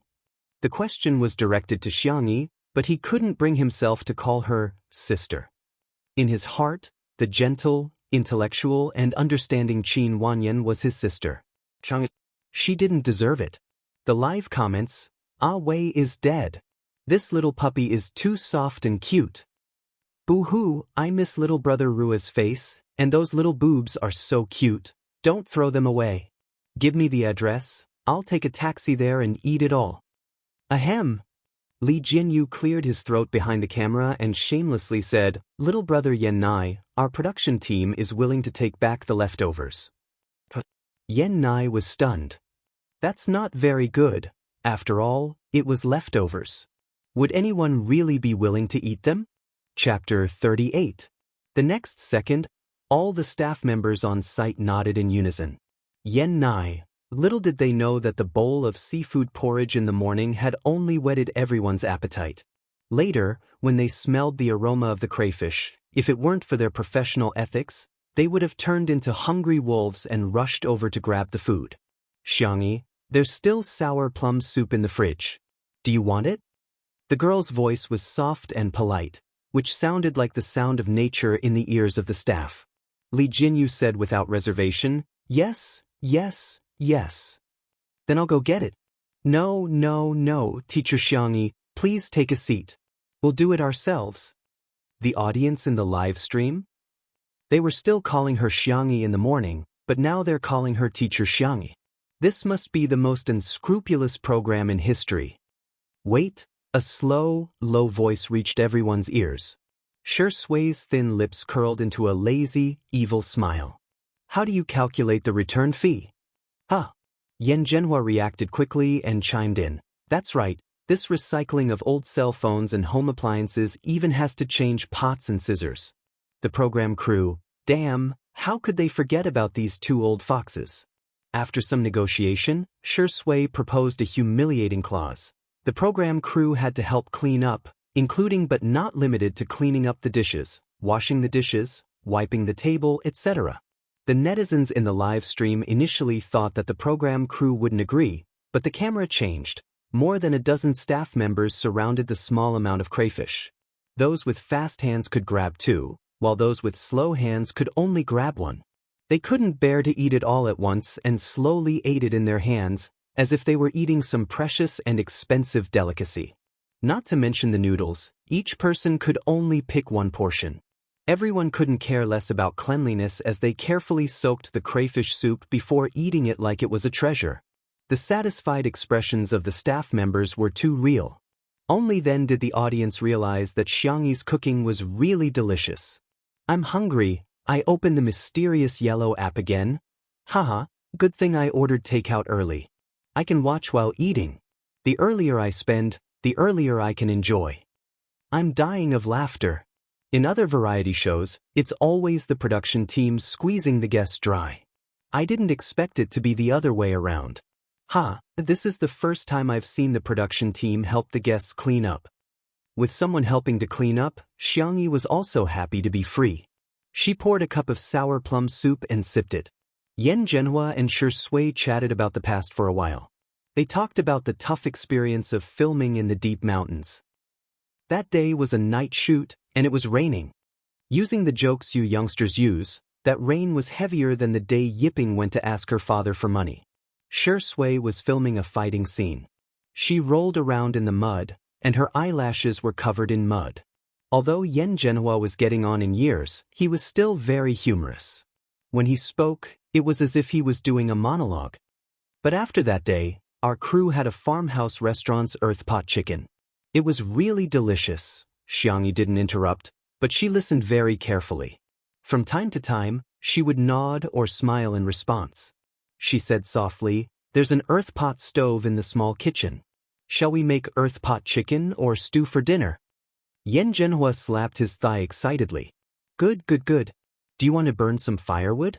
I'll go chop some firewood right away." A certain well-known director had completely forgotten that he had come to the show to chat and relax with Shui. "Xianxia, you have an old injury on your hand, let me do it." Yan Zhenhua was stunned for 2 seconds before smiling. "You're quite meticulous, young lady. You peeled the crayfish for me because of an injury?" There was an uproar in the live stream. Asterisk, there are over 200 comments on this chapter. I'll add more today. The bad student Nuan is going to catch up on her homework. Good night. Chapter 39. Huh? Is that why the vase fairy peeled prawns for Director Yen?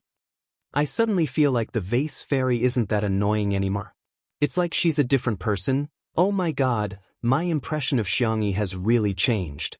Not only is she a good cook, she's also meticulous and knows how to take care of people. It's true, it's true. I was just watching Pretty Sister's stream and heard her conversation with her manager. She even took the initiative to avoid suspicion with Sure Indy. Hype?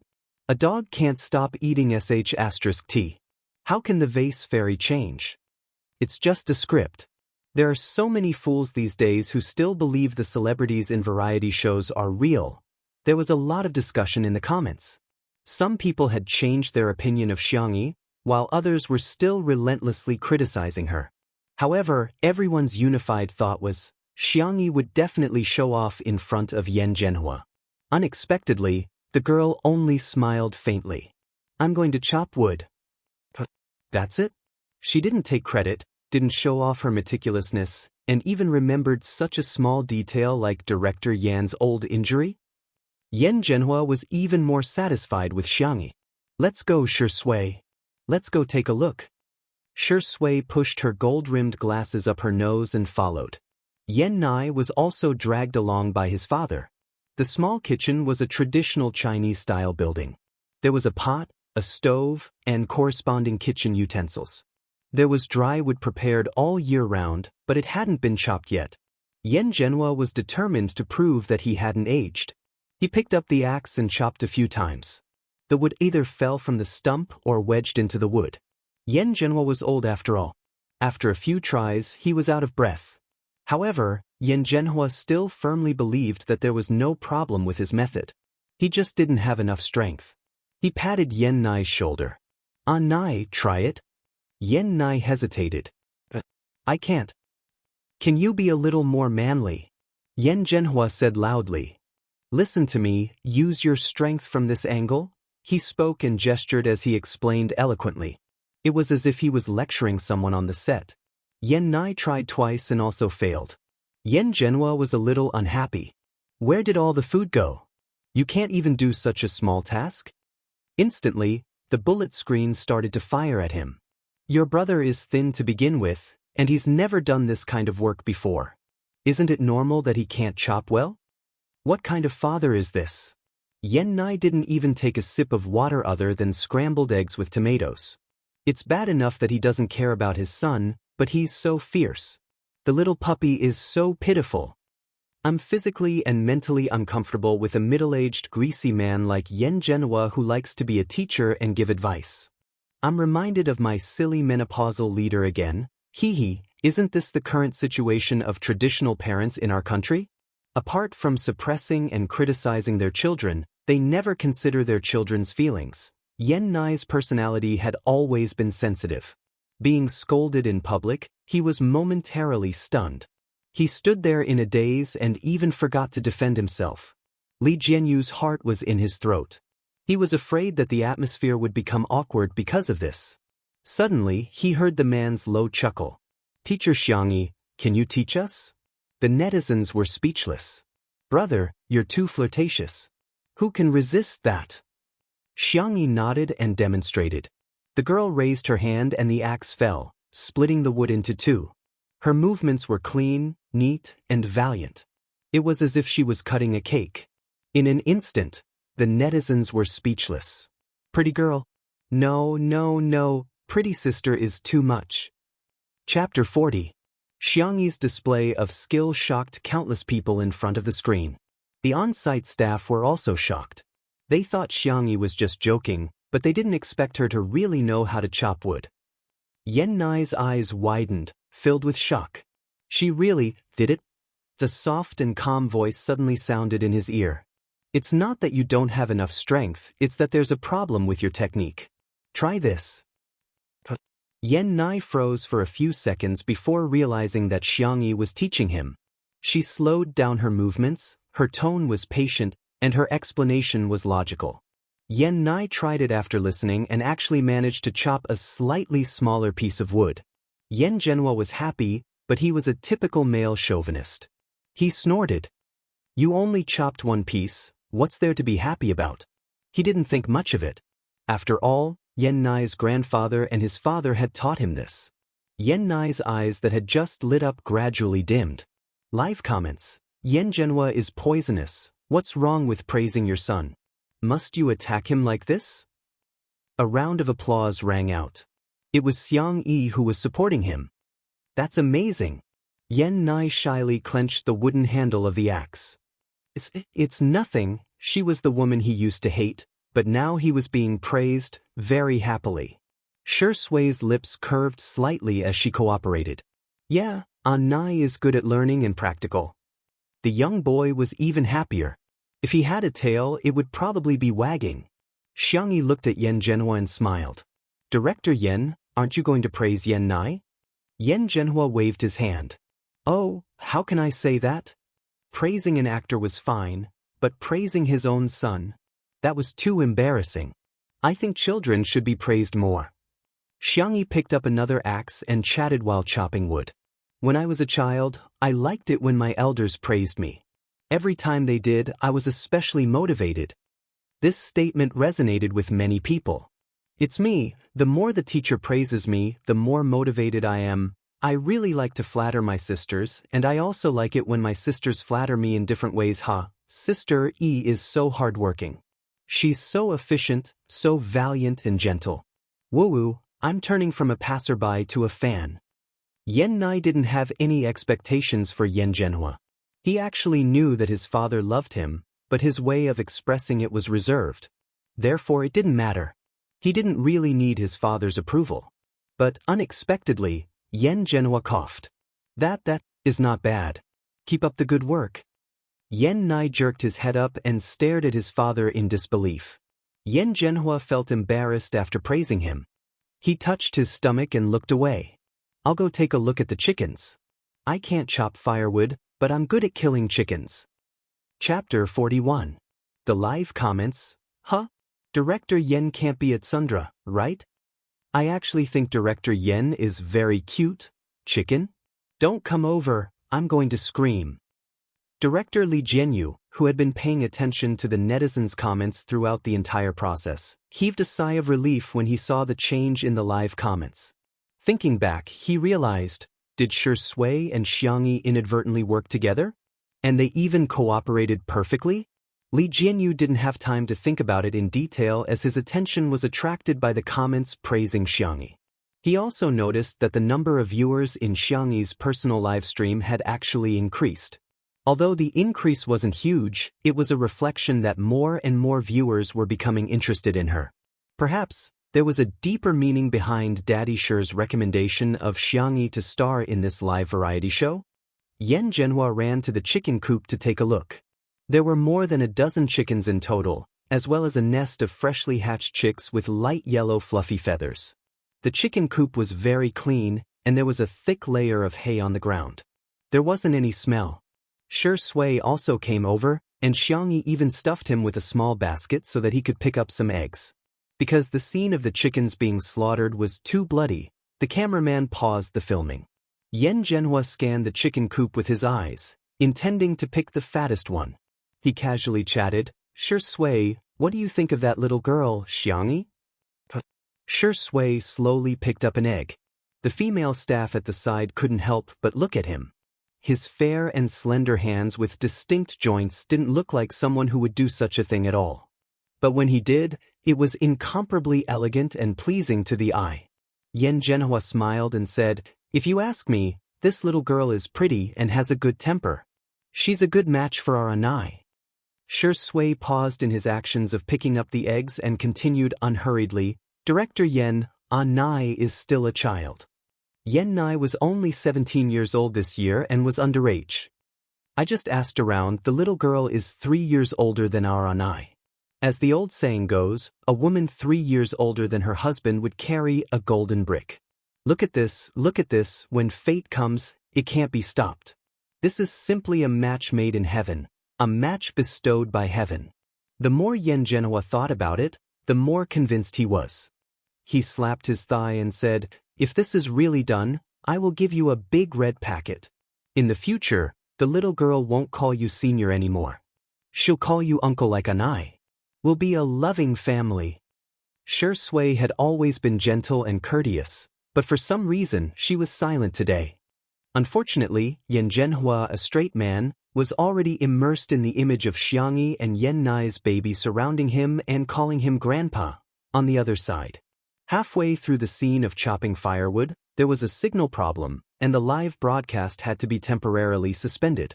Xiangyi, on the other hand, didn't stay idle. She found a food container and prepared to pick some fruit for Xiang Feng to send to the driver. Yan Nai didn't know where his courage came from, but he stopped her. Xiangyi? Stop, I have something to say to you." Xiangyi turned back, her eyes indifferent. "What's the matter?" Meeting her clear eyes, Yan Nai suddenly stuttered, If there's nothing else, I'm leaving." Yan Nai was anxious and blurted out, "Why are you ignoring Sister Wanyan? She's clearly doing this for your own good. Why don't you understand her at all?" Xiangyi was at a loss. "Who?" Yan Nai said indignantly, "It's fine if you pretend not to know me, but do you also pretend not to know Sister Wanyan? Xiangyi, you have no heart." A question mark slowly appeared on top of Xiangyi's head. This chapter was updated after reading the comments on QQ. There will be an update in the morning, so it will be late, so I'll say good night first. Chapter 42. Known, Condition A. The child knows me. Condition B. The Sister Wanyan that the child mentioned knows me. Condition C. I don't know them. From this, it could be understood that he was a friend of the person who occupied her body. After sorting it out, Xiangyi said good-naturedly, "Sorry, I lost my memory. I forgot all the memories of the past year." How could Yan Nai believe her? The little boy trembled with anger. You're lying again. You used to lie all the time, saying you lost your memory and tricking Sister Wanyan into being nice to you." He lowered his eyes, feeling wronged. Why did you pretend you didn't know me? You were the one who confessed to me, and the one who touched my hand was also you, Xiangyi." In a flash, Xiangyi understood what was going on. No wonder Nan and Xiang Feng always used the word waste. Well, it was on. So the one who occupied her body was a sea king? Thinking of the scumbag who took the little white flower to break up with her, Xiangyi actually felt a little pity for him. He cuckolded her, she cuckolded him, she cuckolded him, she cuckolded him, he cuckolded her. This was simply like a wonderful frog eating a wonderful crispy horn, wonderful entering Mickey Mouse's wonderful house, wonderful to the extreme. The little boy's eyes were red, and his eyelashes were stained with moisture. His bad attitude towards her had a reason, so Xiangyi couldn't help but feel a little more like spoiling a cub. "Yan Nai, look at me, look into my eyes, okay?" The girl softened her voice, almost coaxing a child. Yan Nai hesitated, then raised his eyes. Xiangyi patiently explained, "Have you ever heard of dual personality?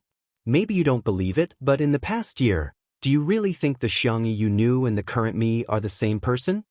Yan Nai was stunned. Indeed, they didn't look alike. That Xiangyi had frivolous eyes, vain and pompous, and when she touched his hand, it was really disgusting.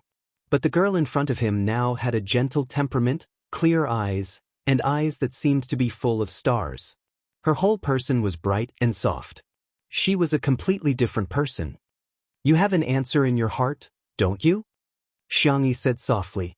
"I apologize for what happened in the past, but I really don't have those memories. If you want to vent your negative emotions on me, I'm fine with it.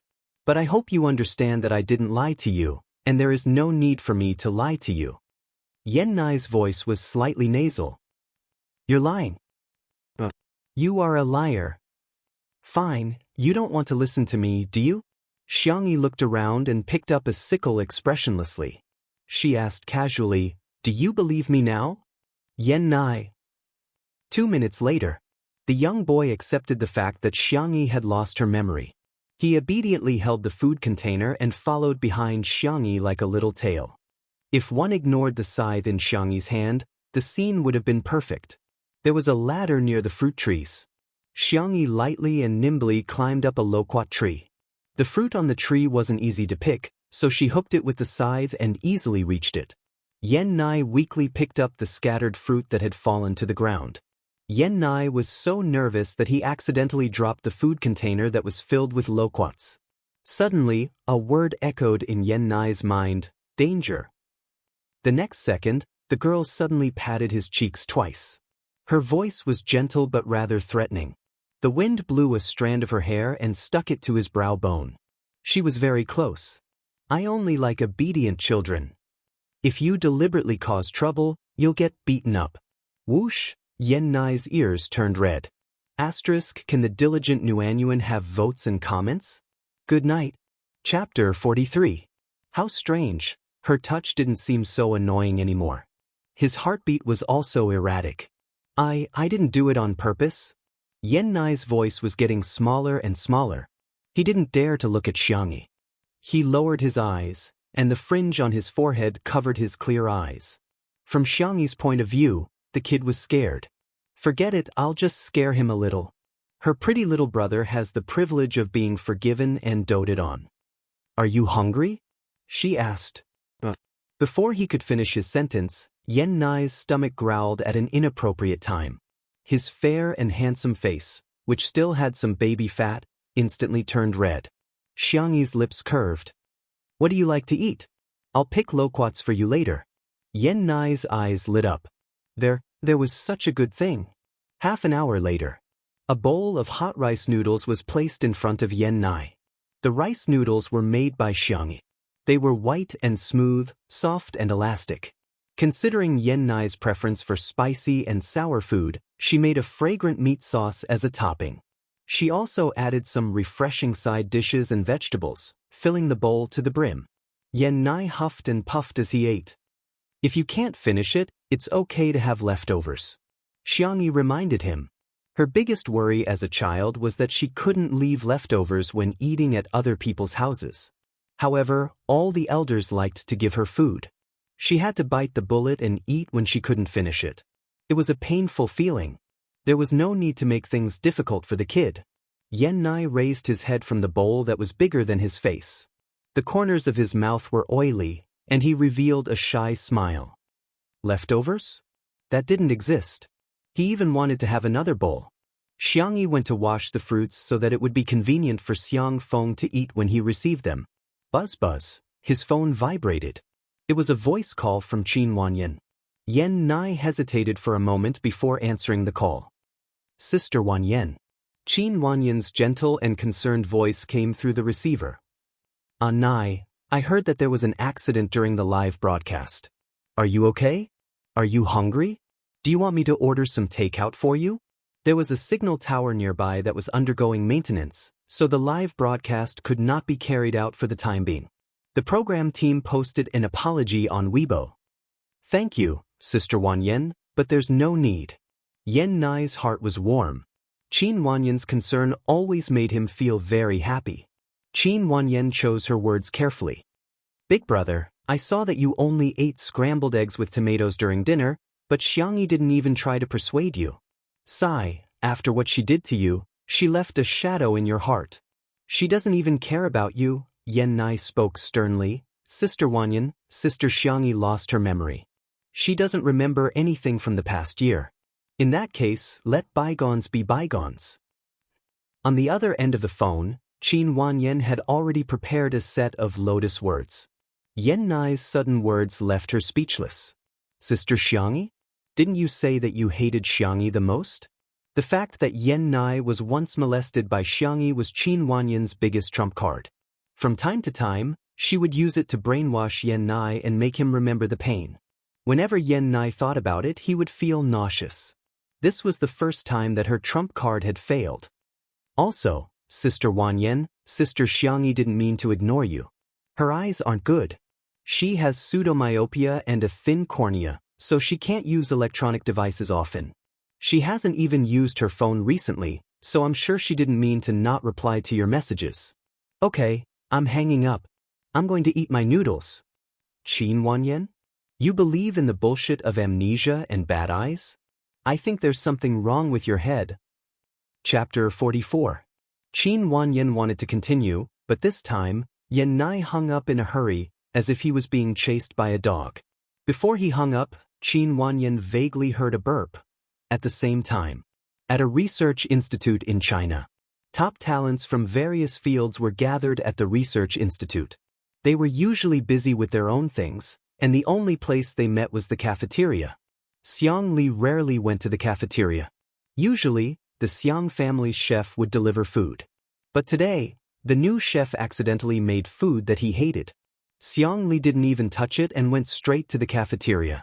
He was famous among the weirdos in the research institute for being cold and hard to get along with. The only person he was closest to was the little fatty in the laboratory next door. Brotherly, today's braised pork and crab roe buns are delicious. The little fatty enthusiastically recommended the menu as soon as he saw him. He looked at the tablet on the table as he ate. I don't know the name of this foodie blogger, but the crayfish looks so delicious. Xiang Li didn't have the habit of using his phone while eating. He casually glanced at the screen, but his gaze froze. On the screen, there seemed to be an edited version of a short video. A beautiful girl with no makeup stir-fried the crayfish a few times and served it on a plate. It only took about 10 seconds, but the little fatty had watched it over and over again for who knows how many times. The hot soup splashed on the back of the girl's fair hand. If one looked closely, they would see that her skin was slightly red. It was common to get scalded while cooking. But Xiang Li's brows furrowed deeply. He patted the little fatty on the shoulder. Do you still have that special ointment that your laboratory developed some time ago? We do, but it's too expensive.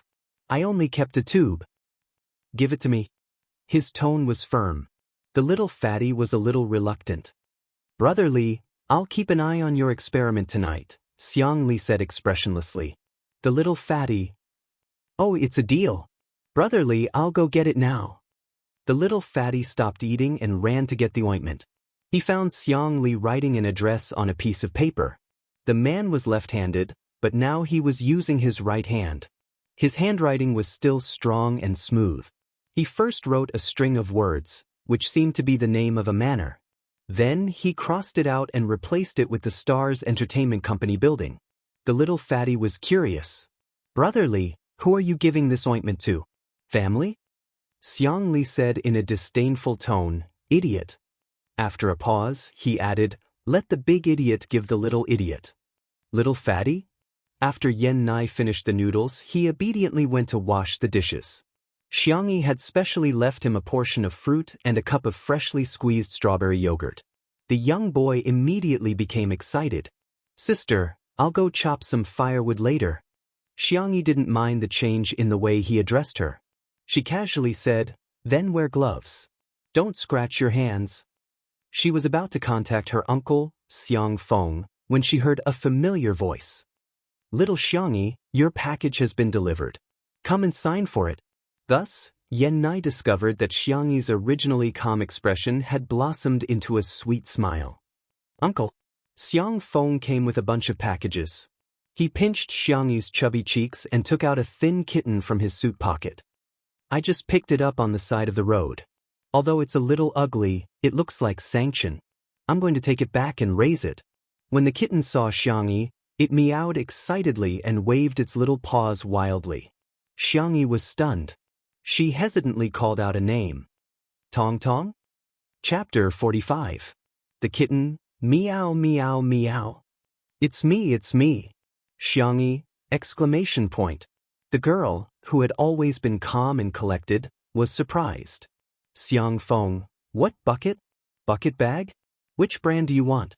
Uncle will buy it for you. Ahem, Uncle, I think it might be hungry.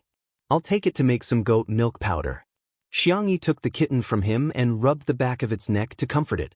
Xiang Feng complained, Hey, be careful. This cat has a bad temper. It almost scratched me just now. Meow. The little kitten with a bad temper that he was talking about nudged Xiangyi with its head aggrievedly and was extremely coquettish. Xiang Feng. Fine. It wasn't the first time he found out that little Xiangyi was liked by small animals. As for him, he probably had a body that even dogs despised. In the kitchen, Xiangyi's voice was soft. Tong Tong, how did you become a kitten? Didn't you say that you would become a tiger? When she was about to transmigrate to this world, Xiangyi had a cute and adorable system. Of course, Tong Tong refused to admit that it was cute. Xiangyi was its last host. After completing the task, it could obtain a real body through a stream of data. Because Xiangyi had told it about Chinese mythology when she was bored, Tong Tong especially liked the white tiger mythological beast and was determined to become a majestic white tiger in the future. However, it didn't know where an accident came from. It didn't reincarnate as a white tiger, but as a little white cat. Meow meow meow meow. I'm so angry. Tong Tong's life was so difficult. Xiangyi rubbed its flat belly and quickly made it a bowl of goat milk powder. Good boy, drink some milk first. I'll make some cat food for you. Tong Tong, meow meow meow. I'm not a cat. Xiangyi held back her laughter and coaxed softly. Okay, we're not little meow, we're Xiao Naofu. I'll make you Xiao Naofu's food. Tong Tong, that was more like it. It was not in vain for it to be reincarnated into this woman's world.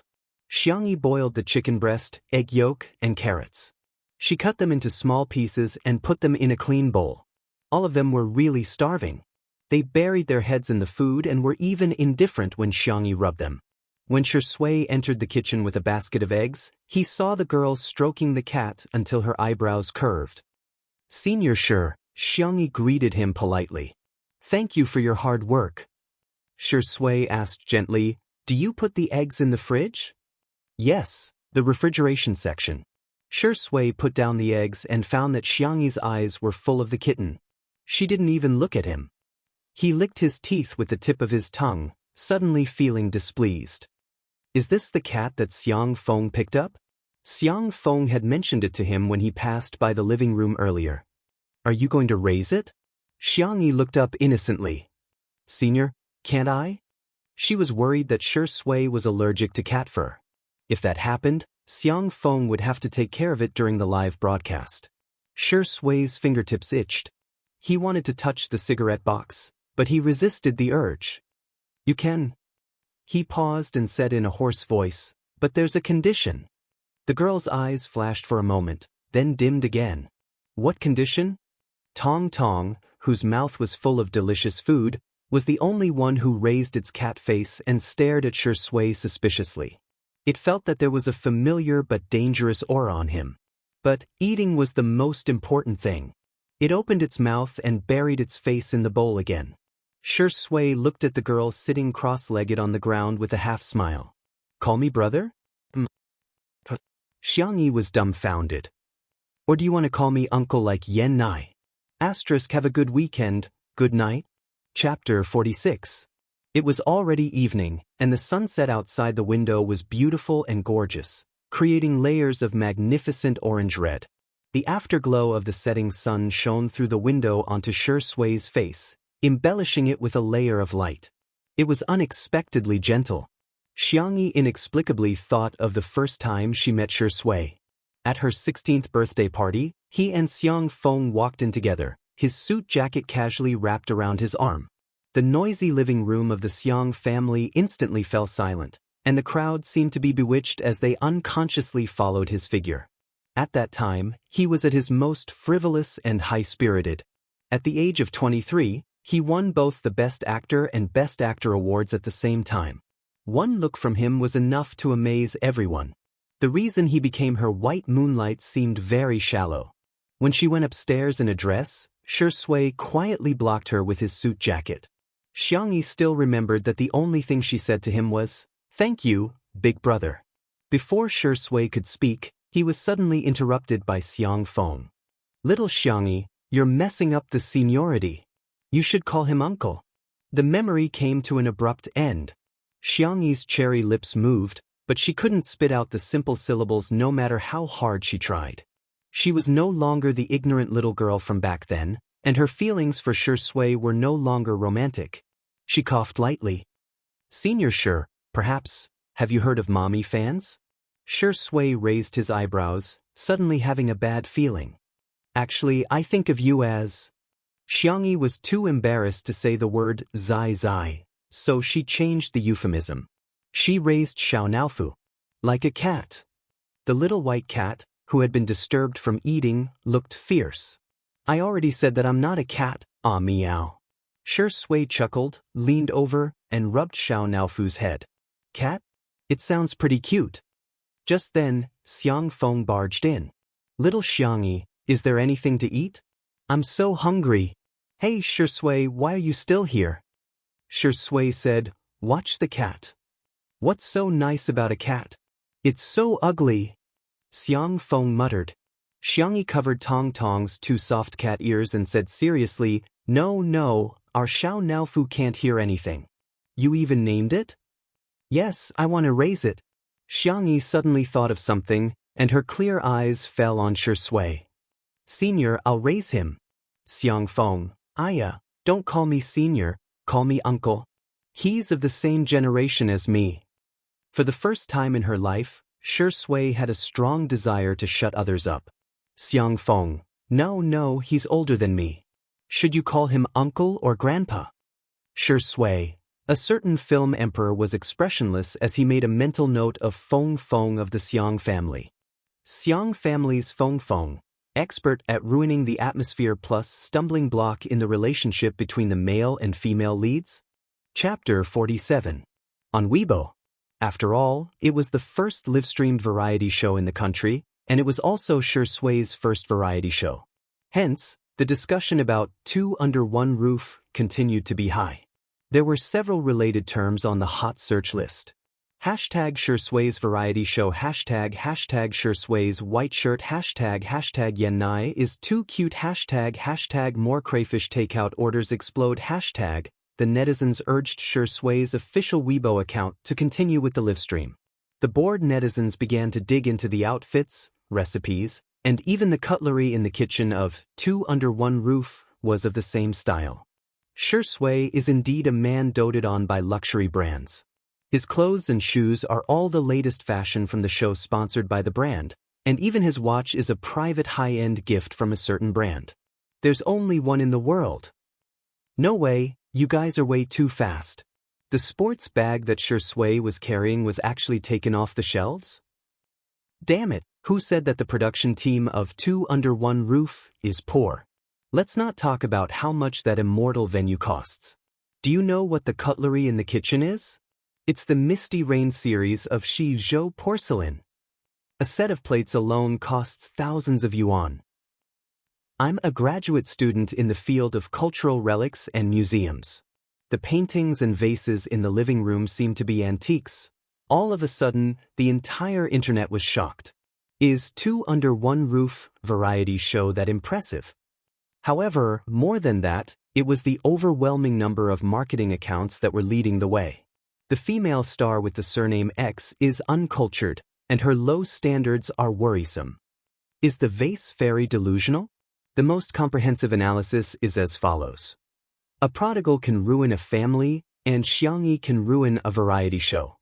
There were countless similar posts on Weibo, and some experienced people could tell that Xiangyi was obviously being targeted. However, there were even more passers-by who were extremely disgusted with Xiangyi after reading these posts. I've lived for a long time, but the vase fairy actually has fans? Even though the crayfish takeout orders are exploding, her fans can still brag about her own cooking skills. I'm laughing my head off. How great would it be if this variety show didn't have the vase fairy? I'd be satisfied just watching Sure Indie 24/7. The vase fairies, welcome, and home have really been my laughingstock for a year. Come on, that's just a mansion used for live streaming. Is the castle her family owns as well? If there's an award for the most idiotic actress in the entertainment industry, it'll definitely go to the Xiang actress. I'm not watching anymore, I'm just going to watch Heartbeat tomorrow. That's right, isn't Heartbeat three pairs of handsome men and beautiful women in love? Who wants to watch a retirement variety show like Two Under One Roof, Muyao TV? The PR department sent a summary of the latest public opinion online to Director Chen, the director of Heartbeat.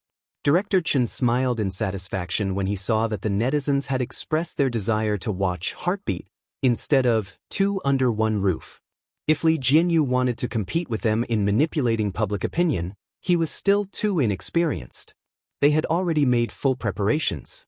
Drawing on the experience of today's Two Under One Roof, they would directly open up 7 live streaming rooms tomorrow, each of which would be connected to the other. When the time came, they would create a popularity ranking to attract fans to compete and spend money. He believed that Heartbeat would become one of the most profitable variety shows on Muyao TV this year. As for Two Under One Roof, everyone was only watching it for sure sway now. After a few days, when they got tired of it, wouldn't they all come to watch Heartbeat? Director Chen, the signal for Two Under One Roof has been restored. They've informed us that the live stream is about to begin. An assistant came forward to report, trembling with fear. Director Chen said disdainfully, adjusting the equipment and cutting the signal, which audience member can stand such torment? The number of viewers must have dropped by a lot. The assistant. Director Chen, no, the number of viewers has increased. Director Chen? What happened to not watching it? Chapter 48. The third live stream of Two Under One Roof in a Day began. The scene started with stewed chicken. The camera first gave a close-up shot of the pickled chicken, and Li Jinyu's stifled laughter was heard by the audience through the sound recording device. This is Xiao Huang from our chicken coop. Cause of death, too fat. It passed away peacefully. Let's remember it. Thank you, Director Yen. You've worked hard. Sure enough, the knife never gets old. The live comments, First Blood. Those who are talking about First Blood, have you forgotten about the crayfish at noon? Crayfish, do you still remember that year when it rained apricot flowers? It was a mistake after all? Wait a minute, is this a romance variety show or a food variety show? Although everyone was confused, they were still watching the live stream with great interest. Some of them even treated it like a mukbang live stream. They either yelled out, "Mom, I want to eat stewed chicken tonight," or opened a takeout app to order a good meal for themselves. The camera then turned and landed on Yen Nai, who was cooking a pot. The young man was trying his best to start the fire. He pouted his soft lips and blew on it, instantly striking the hearts of countless fans. Oh my God, he's so cute. Brother, stop blowing on the fire, come kiss me. Ah, he's not a fireman, he's a fire boy. Are you trying to make me laugh to death so you can inherit my takeout business? Yen Zhenhua wasn't idle either. A famous director was actually peeling garlic? He hummed a little tune and happily peeled the garlic. He even said to the camera in a serious manner, "Men have to have something to live for. They can't be lazy men. Lazy men will get beaten up by their mother-in-law." The live comments. As expected of a cultured person, his sarcasm is amazing. Director Yen is so cute. He's so humorous and funny. Why don't the Yen father and son team up and debut together? He's here, Shuringdi is here. Wait, what the hell is he holding in his hand?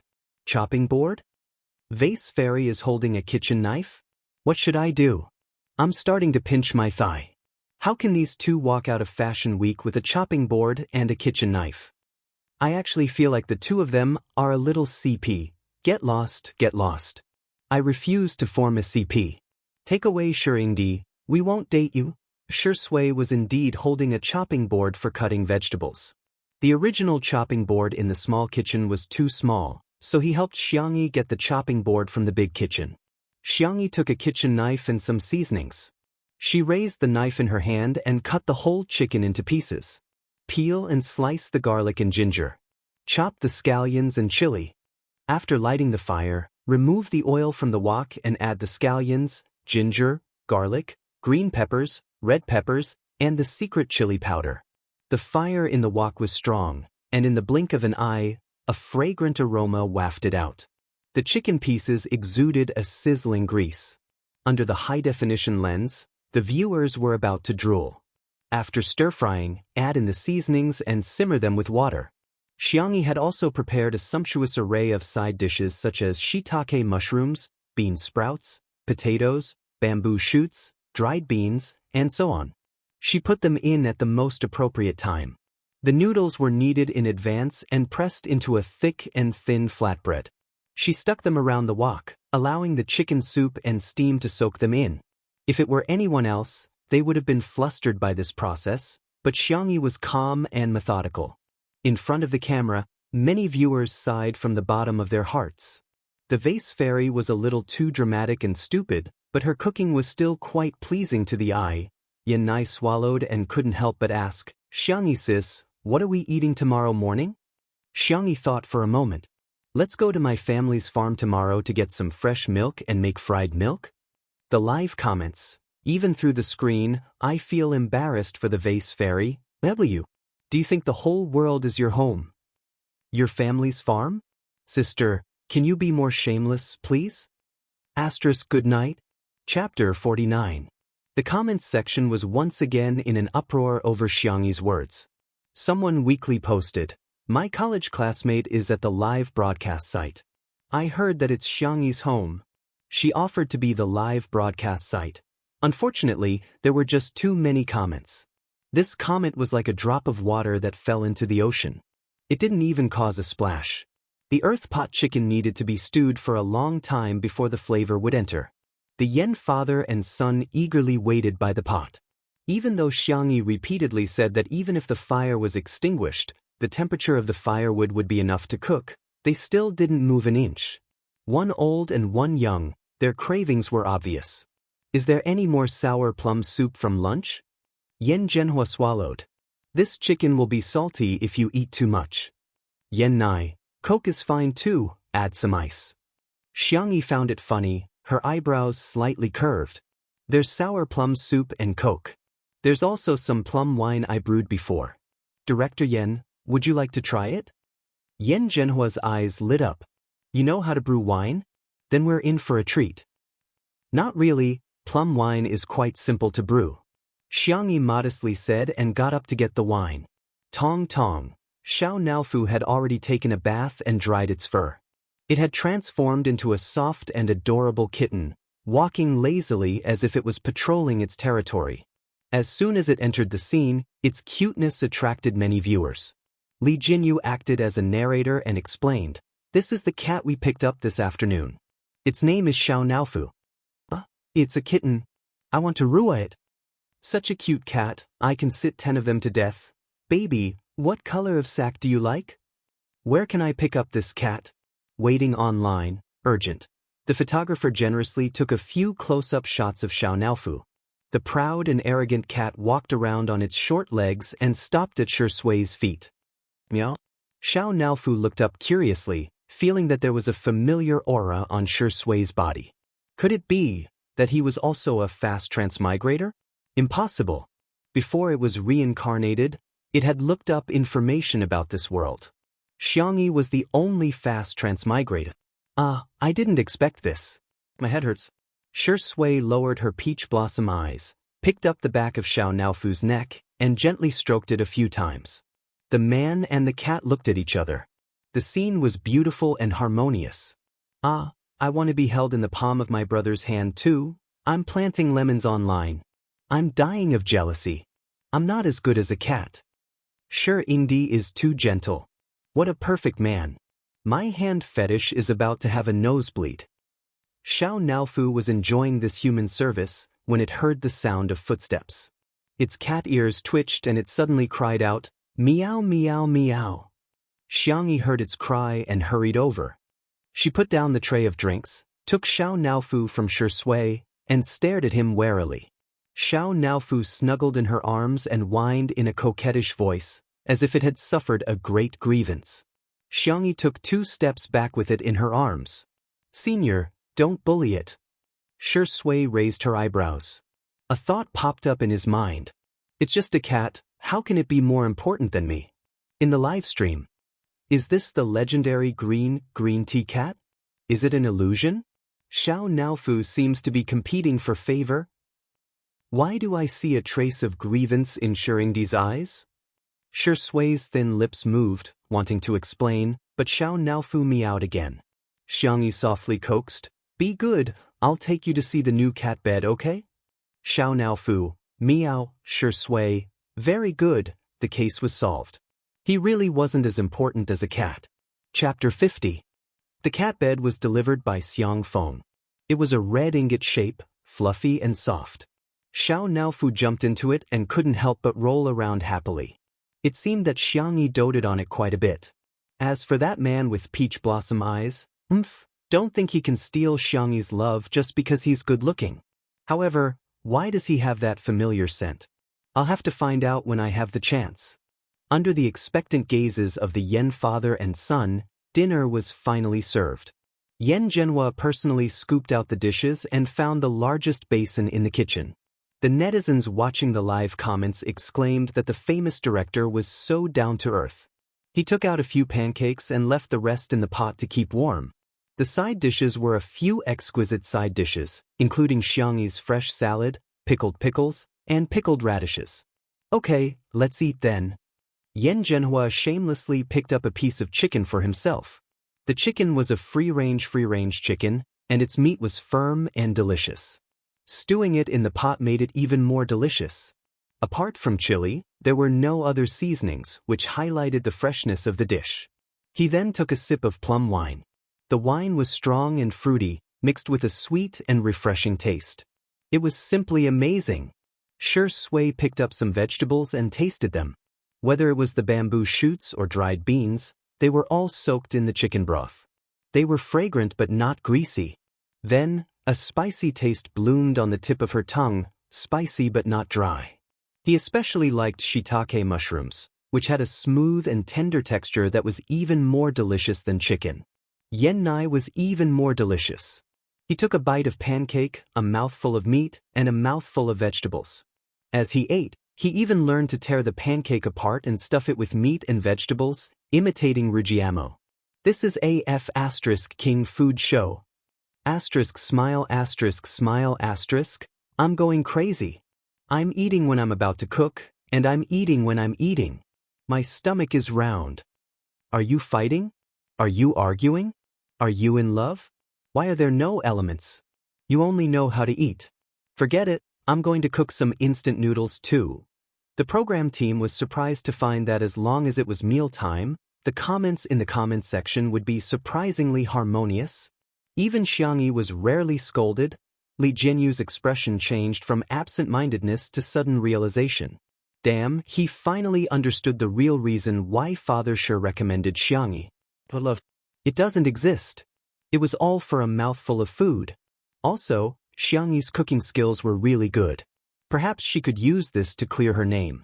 Not to mention gaining fans, it shouldn't be a problem to reduce the number of haters.